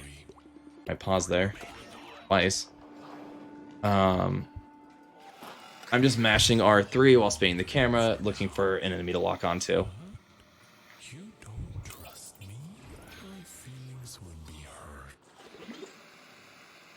And this fight, very similar to level 1, where we were saving Chip from getting hit from a bunch of various unicorn types. So this is more of that. He has 250 HP. If it falls to 0, he dies. It is really hard. Like, even for a beginner player to fail this. Not saying it's not possible, but he has a lot of health, and you have to be pretty negligent to fail this one. The Goldfin one is definitely the one that you have to really think about.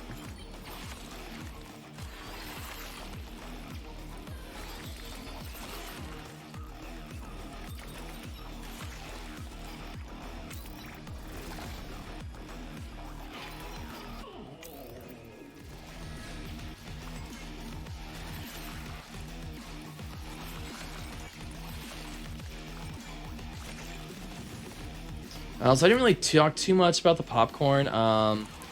Essentially, they just run at you and explode. They are nuclear powered. And there are 3 ways to take care of them. As you saw me doing there, I use the slam wheel. I can also simply shoot them with a grenade launcher, or the funnest way, but also epically the slowest way, is the shield. I don't know if you remember. Boop! There you go, I used it there. Shield just they just bounce off your shield and then they get taken out. But as you can see, the grenade launcher really just is the quickest way to deal with them. Yeah, you probably forgot about the shield. It doesn't come up very often. It can reflect projectiles that shooty corns can shoot at you, and since shooty corns only have 1 health, it's inconsistent, and you're almost always better off just running at them and swinging. Trying to rely on reflecting projectiles in this game isn't the best. It's just not a very good option. I am yawning. Alright, so here we go. Again, just another wave. Another series of enemy waves. A few elites. A few annoying seacorns. We're just going fast. You know, I actually did not notice this until just now. That while I'm in the TV, there's a little TV border. Suggesting that, like, we're watching Gori on the TV. I just noticed that border.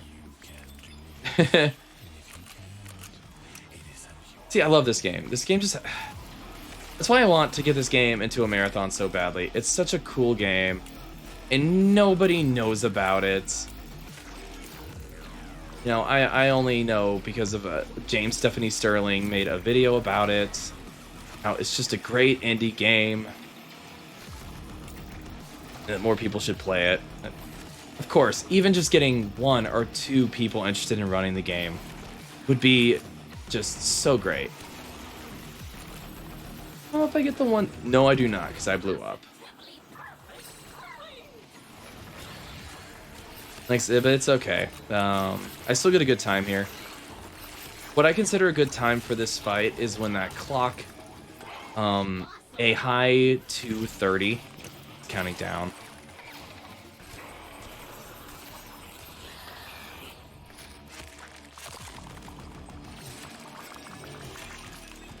Yeah, so 236 is when it's... Oh, yeah, 236, not bad. I think my fastest is a 241. Yeah, kind of how I gauge a good fight is the upper 230s. Right. Now that we have all of our friends back, you're on to fight the final boss. Not the final boss, I'm sorry. The boss of this stage. This is not the final boss. Is that all you think about? Thanks for saving me, though. I think I made an error here. Yeah, I did. And then instead of just going back and resetting it, I tried to do some shenanigans here. We're jumping on this eyeball. Just a waste of time. Yeah, I was trying just to land right on the edge there so I could keep going. You know, turn as sharp as possible. Cut a little too sharp. Now we're on to this boss fight here where we are circling this big yarn demon kitty. Unfortunate. That's okay. I only missed one, so ideally I go around a circle twice and then opens a little portal. It skips a little platforming section with a couple of fights in between.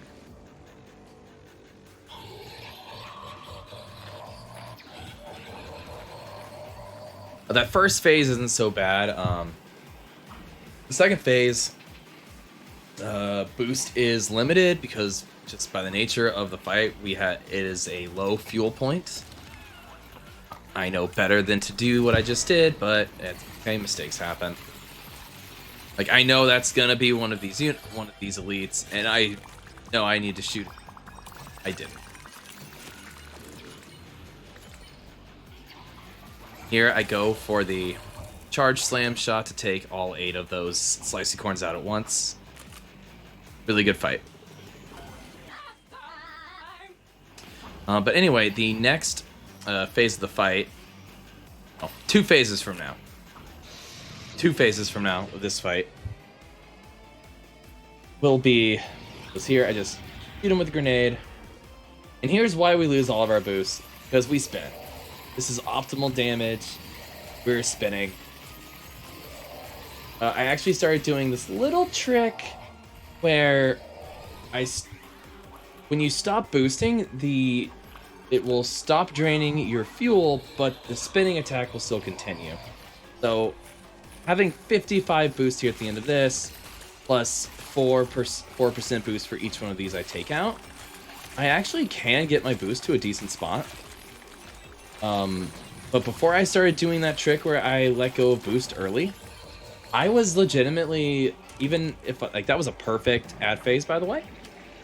Each one I miss, he heals a little bit, so and each one I hit, I get more boost.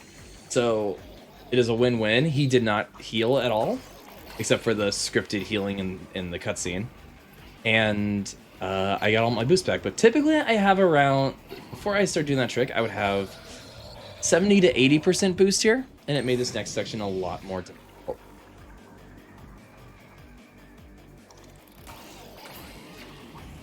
This next section is very similar. It's, once again, there are 4 yarn balls around him that I have to hit. However, they are separated by platforms, and they do less damage. And the fastest way to go about this without having to slow down... Oh, but I got the hit. The fastest way to do this without slowing down is to maintain the boost and do the helicopter attack. But the helicopter attack drains boost so quickly. You can see I'm already down till under 40%. Also, for moments like those where I've hit all 4 and I'm waiting for them to kind of reload, you'll see me kind of bait the fire away from the ball. Bad example that time. And alright. Luckily, a nightlight spawns pretty early in the next fight, so I'm going to extend this wall ride just a little bit to get up to, just so I can regain a little bit of boost.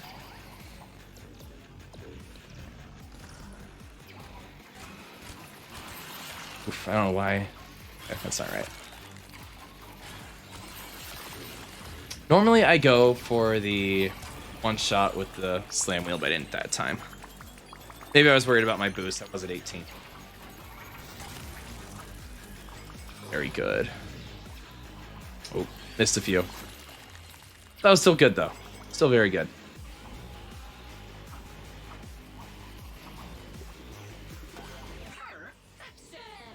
And falling down here is super dangerous, because it will put me back outside the fight, this area where I have to do the yarn ball shenanigans again. You can see how the health is at the top health bar is quite low still. So I only have to hit a few yarn balls to get back in, but it wastes a lot of time. And the only nice thing is any fight that you did, so if I fell in right here, I wouldn't have to do those two fights again. I would just go right on through. There's a little bit of a glitch at the end of that second fight, that if I leave that platform too early, I kind of just lose control of Gori. I can't control my movement, I can't control my jumps or my dashes. You can see here, this could be a little frustrating to get that hit in. But yeah, and then he falls, more helicopter, fight's over. And now we are on to the final level to fight the final boss.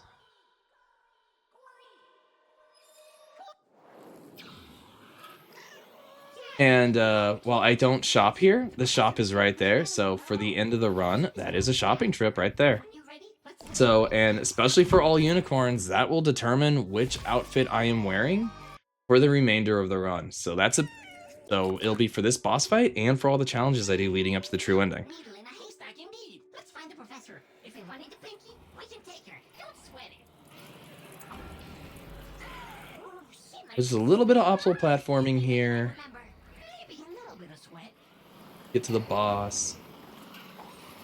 Really make you anticipate. First time, I really want to go a little sneaky beaky. Last time we ran into the big bunny, I had to carry you out myself with no arms. Frank is a mood. We love Frank. All right, so this is Pinky. She is that tragic backstory, honestly, that we didn't get to see because I skipped all the cutscenes. So here, what I'm going to do is I'm going to be shooting super missiles at Pinky's face. It's intended to be this big gauntlet fight where you see these little tentacles appear, and how shooting at those does just as much damage as a charge shot to her face. And so what you're intended to do is fight enemies, waiting for those tentacles to appear. But we have all these rails, all these wall rides, so we are able to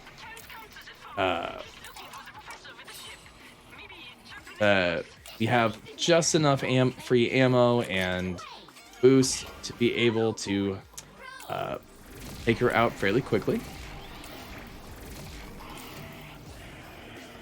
See there, I ended with a regular missile. So here, since these do so much damage, the regular shots don't do a whole lot more than the charge shots. So you're gonna see me shooting the heart, well, not the heart, but the eyeball, if you will, with regular shots as quickly as I can. Oof. Yeah, a couple of those missed shots made it so I had to go and get more ammo. All time lost there. Now, unfortunately, I believe there is a crash here. Guess we're on our own. Let's slice it and see what happens. Oh, there she is.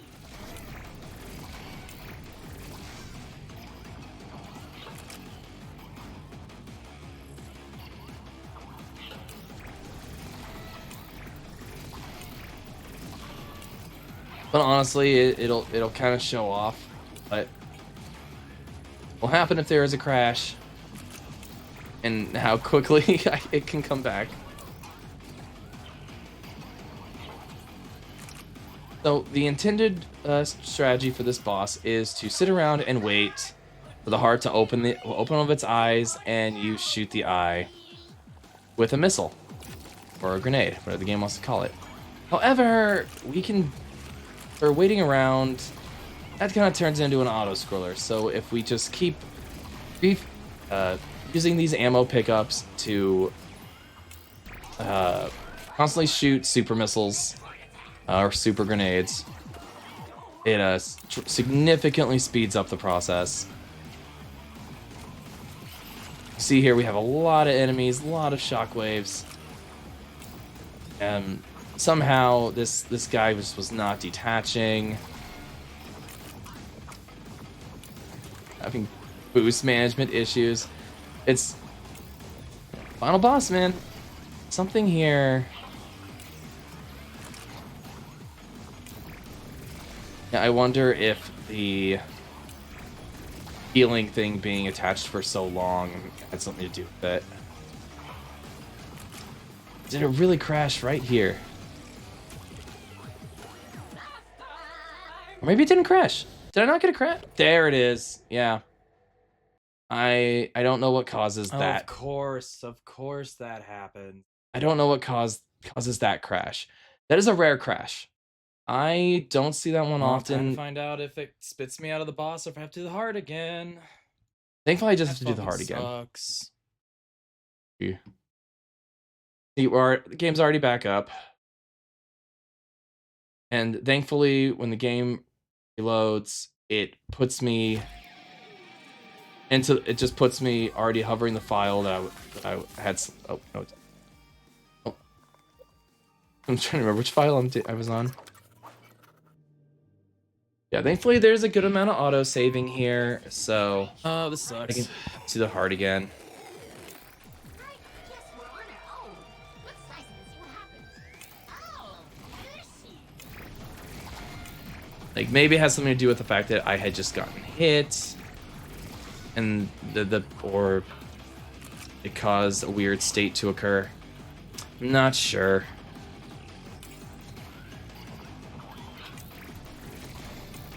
But, you know, same thing as before. Wow, I'm just missing shots.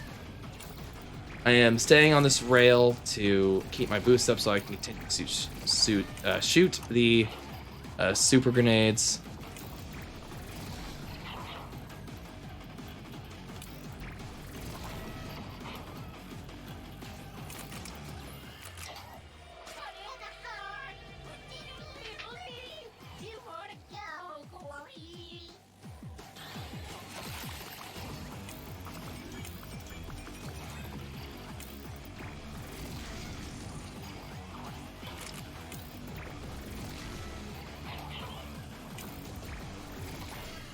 One more for the ultimate heart attack.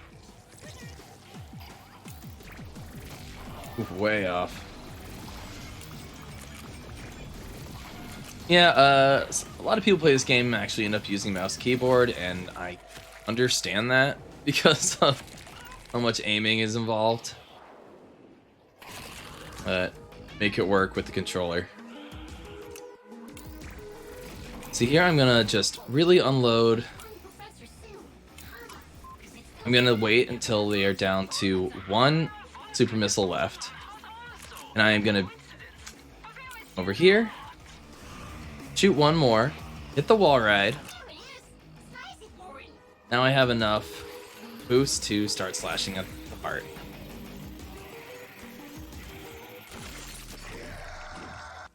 And don't mind my splits. The auto splitter ends at this point, and I don't know enough about. I've tried.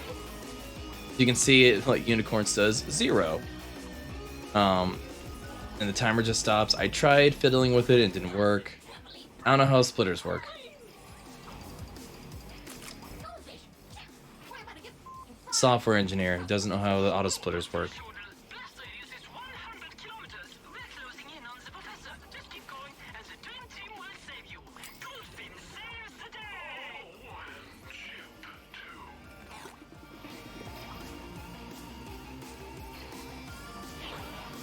So we have this little escape sequence. This is, in a normal run, this is where it ends. Once the cutscene starts, it is time. But in all unicorns, we have to keep going. And the each stage has one challenge available when you beat the stage. However, they get extra challenges once the game is over. Oh, son. Hurry up, Gori. Let's get in there. Chip, close the door. Go, go, go, go, go.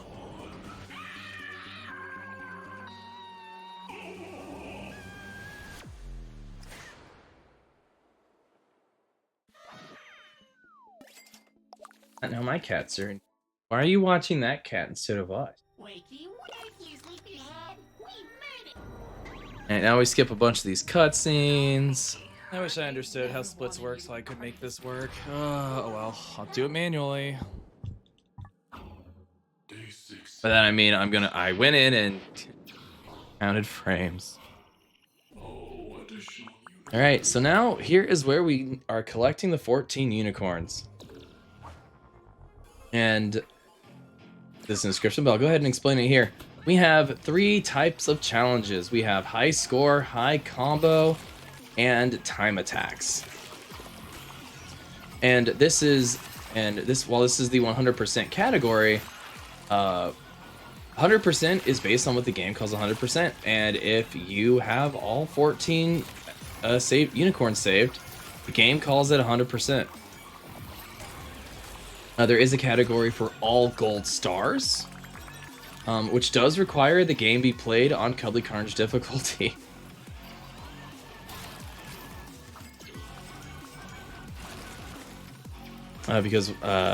So for this, you're gonna see I got to a certain score, and now I am standing still and letting everything hit me.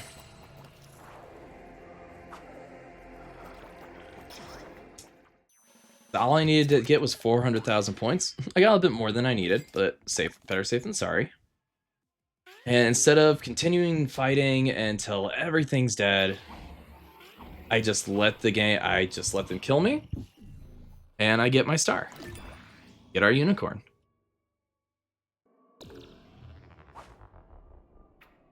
Welcome back, Gori. This is actually an interesting challenge. So this requires me to shoot targets to keep the timer going. I'm only going to shoot 2 targets.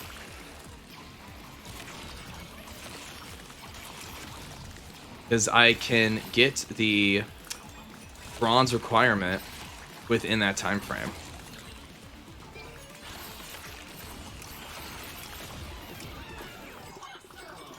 Oh, actually, I only shot 1, and I think I'm actually going to die here before the timer runs out. Yeah. Yeah, I only had to shoot 1 target. That was just to make the game start.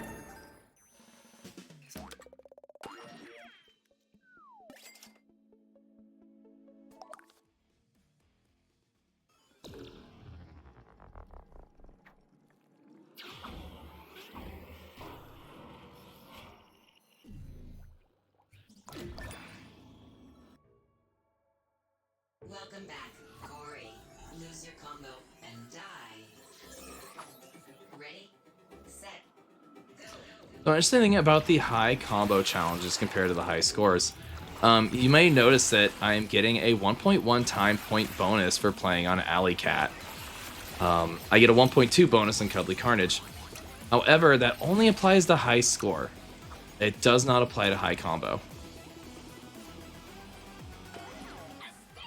So I can be a little short and have a multiplier increase my score on the high scores, but I cannot in high combo.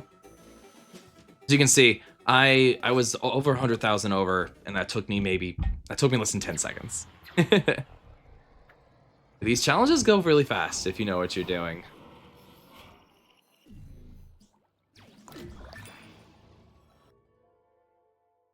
And I can do these in any order, but I just choose to go level 1 through 7. No need to touch that. Come on, let's talk about this. So this is another one of the more interesting challenges. So it is the slime escape sequence from level 3. And every time I kill an enemy, 9 seconds, or maybe 10 seconds, but it looks, yeah, it's 9. 9 seconds gets added to the clock. Now, if I'm going for all gold stars, I actually need to rack up a decent amount of time, and I actually have to kill a decent amount of enemies. However, for bronze, I can't just get there at any time. It does have to be, I think, over 30 seconds remaining. But because of how many enemies are just on the main path, I can take the fastest lines, I believe I get the cutscene skip here. I do. So I can take, like here, I'm gonna hop over to this here. While in Cuddly, for getting gold stars, I would have gone the low route and killed more enemies.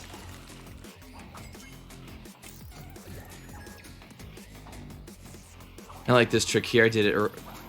I jump, and to lower myself quickly, be able to get a second speed boost off that rail, I do the helicopter.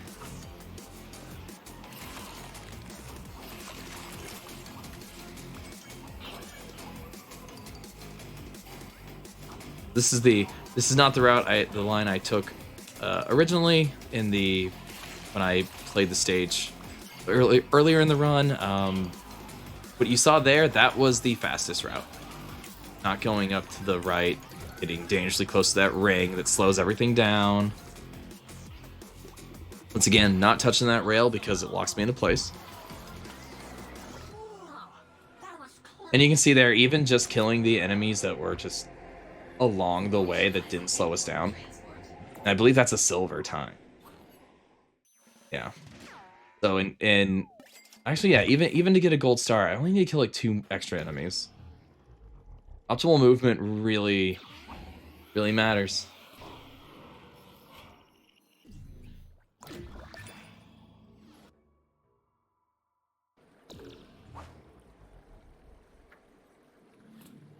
All right, another high score, but the score threshold is pretty low.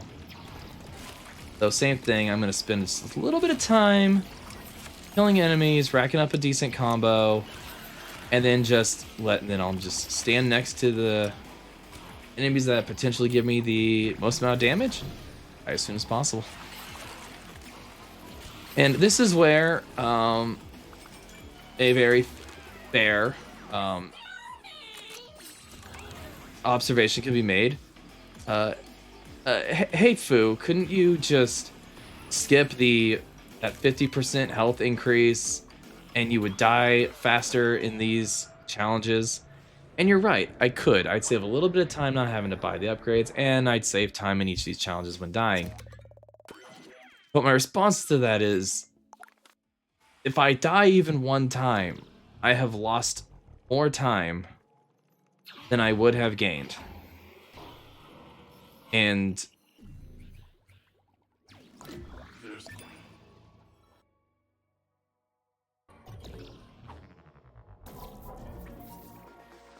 all right, here's a funny one.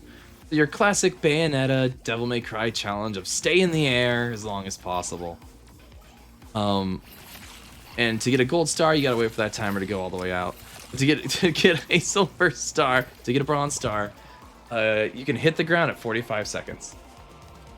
So I hit maybe 2 or 3 enemies to keep myself afloat, and immediately dive into the electric. Very fast.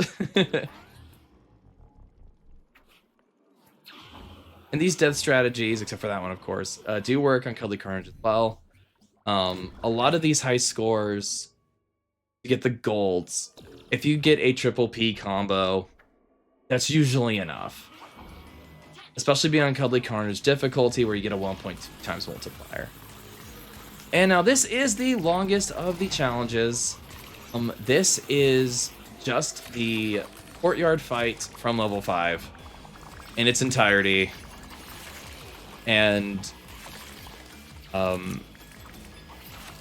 it's very, like, I'm going to beat the gold star time by over a minute.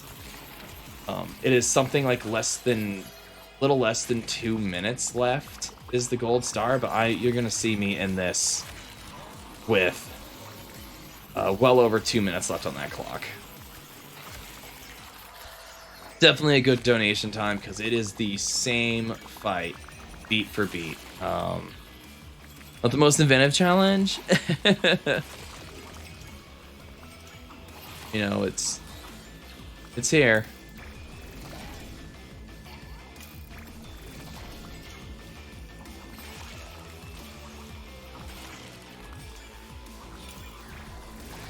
Also, while we do call this category 100% parentheses true ending, for the sake of marathons and things like that, I just call it all unicorns. I think it's a bit more appealing. I think for a game people don't really know about 100, like, to be blunt, not a lot of people are going to care about the true ending. If that makes sense. It's like, I don't know this game. We're skipping all the cutscenes. Who cares if we get true ending, right? We call it all unicorns. Oh, now everybody wants to save the unicorns. And, oh, I should have added it here. The cutscene can be skipped. The final cutscene, once that's done, and it can also be skipped. There is a... Wow, that was a really lucky normal grenade shot that took out like 5 flappy corns. There is a... One of the keys opens a door to a unicorn playroom. See, over a minute. That unicorn playroom is where all these unicorns hang out, so we can go and see them. We'll probably add that to the end of the run just so we can see them all hanging out. And when shout outs are happening, that I could walk over there. All right, now here is another combo challenge, which means we are gonna kill a small handful of enemies and then immediately take a hit to end it. The nice thing is it puts the score counter here, so like I can just do some quick math and say, oh, that's about 200,000 points right there. Which I think I should be done, yeah. And here I intentionally get hit by the bomb.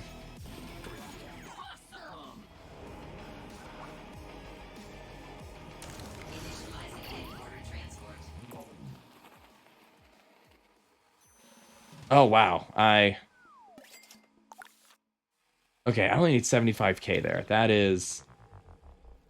I can get like a C rank combo and still pass. There's a little bit of time that can be saved there.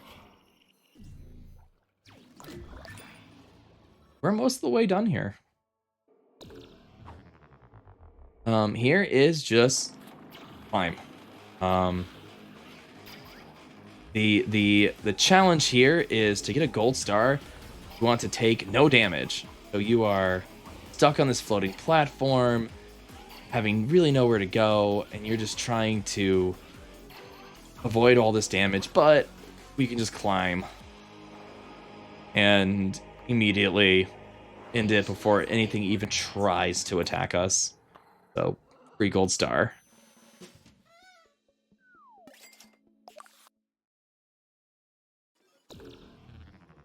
Let me tell you, before I knew I could climb like that, when I was getting my first 100% playthrough, oh, this one was frustrating. That one was frustrating for me.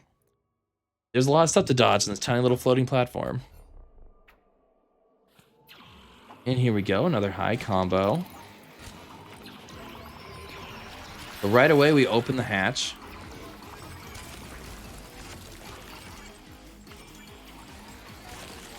And we take out all the enemies up here, trying our very best not to get hit. There's a lot that can kill us up here. Or not kill us, but hit us, and even one hit will end it. What's 16 times 3, 4? Oh, yeah. Alright, so, if you're wondering, hey, I thought this was high combo. Yeah, well, it's not. I don't know if it was a programming error, but everything says high combo, but it's actually a high score.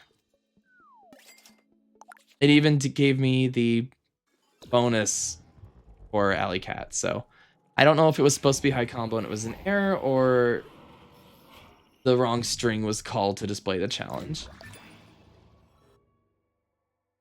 Here we have 3 top high combo challenges. And that high combo is 75k, so again, not very high. It's like here we're already at 45,000 here. And boom, we're done. I should stop now. Yeah. And I just kind of have to do some on the fly math. Now I saw 70. That one was pretty easy. I saw 7,500 times 15 times 10 is 75k. So nice little combo. Kill a small amount of enemies and just roll in. And we're gonna do this 2 more times.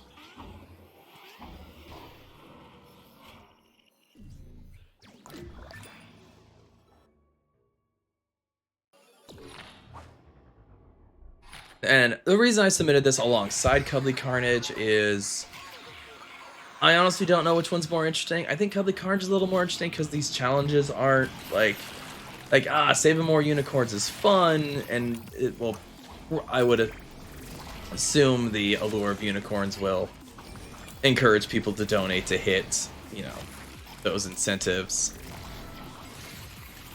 But at the same time, Cuddly Carnage is such a great difficulty name. Like, I think that'll get a lot of attention as well. So I don't know. Obviously, can't do both. Unless we wanted to put... I don't know. Unless we really, really wanted to... once again, not a high... See, this is another weird thing. This one actually says high score, but I think it says high combo on the front screen. It's odd. Hurry up, Gori. We must be quicker. You can do this. But yeah, like, I think Cuddly Carnage is a little bit more interesting. I suppose if we wanted to do both to raise money, that seems like a lot. We could have it on Cuddly Carnage difficulty and all unicorns, and even call that a... I don't know. I guess I would have to do and record an all gold stars run for that. That's a lot of extra work. Probably just best just to pick one of the two.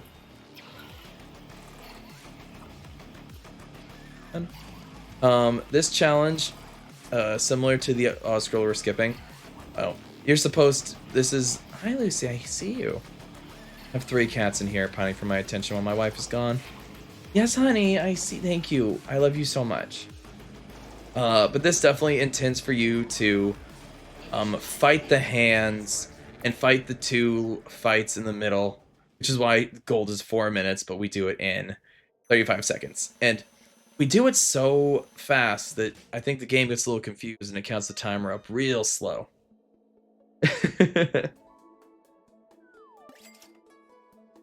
Now we have one more 75k high score / high combo challenge. And then once this is done, we will go and open the unicorn door. And that's time. Again, sorry about the splits. This auto splitter was for an old version of the game, and there was never an auto splitter for this 100% category. And I don't know what I'm doing with auto splitters, so forgive the frozen splitter on the side, but that's in-game time anyway, and obviously it's RTA for a GDQ event, so we're going off RTA anyway.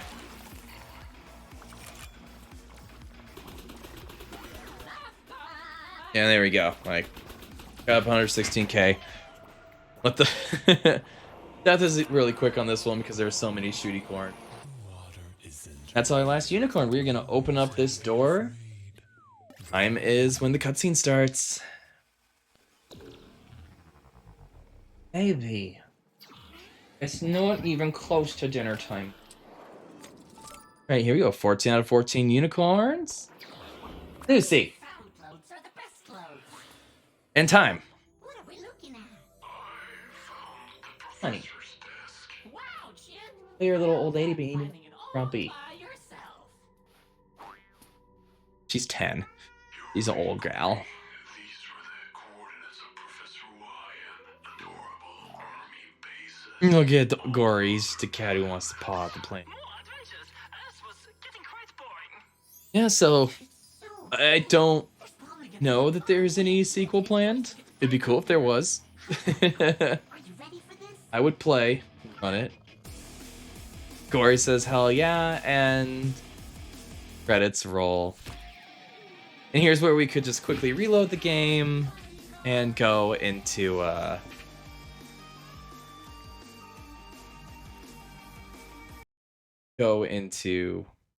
no, don't play it. Don't play it. Don't play it. Okay. And that's when I could quickly reload the game, go into the unicorn playroom, and as shoutouts are happening. So yeah. Thanks for consideration of all of this, and thank you for watching all of these incentive runs. I know it's a lot. Thank you so much for your time. Consideration. Bye.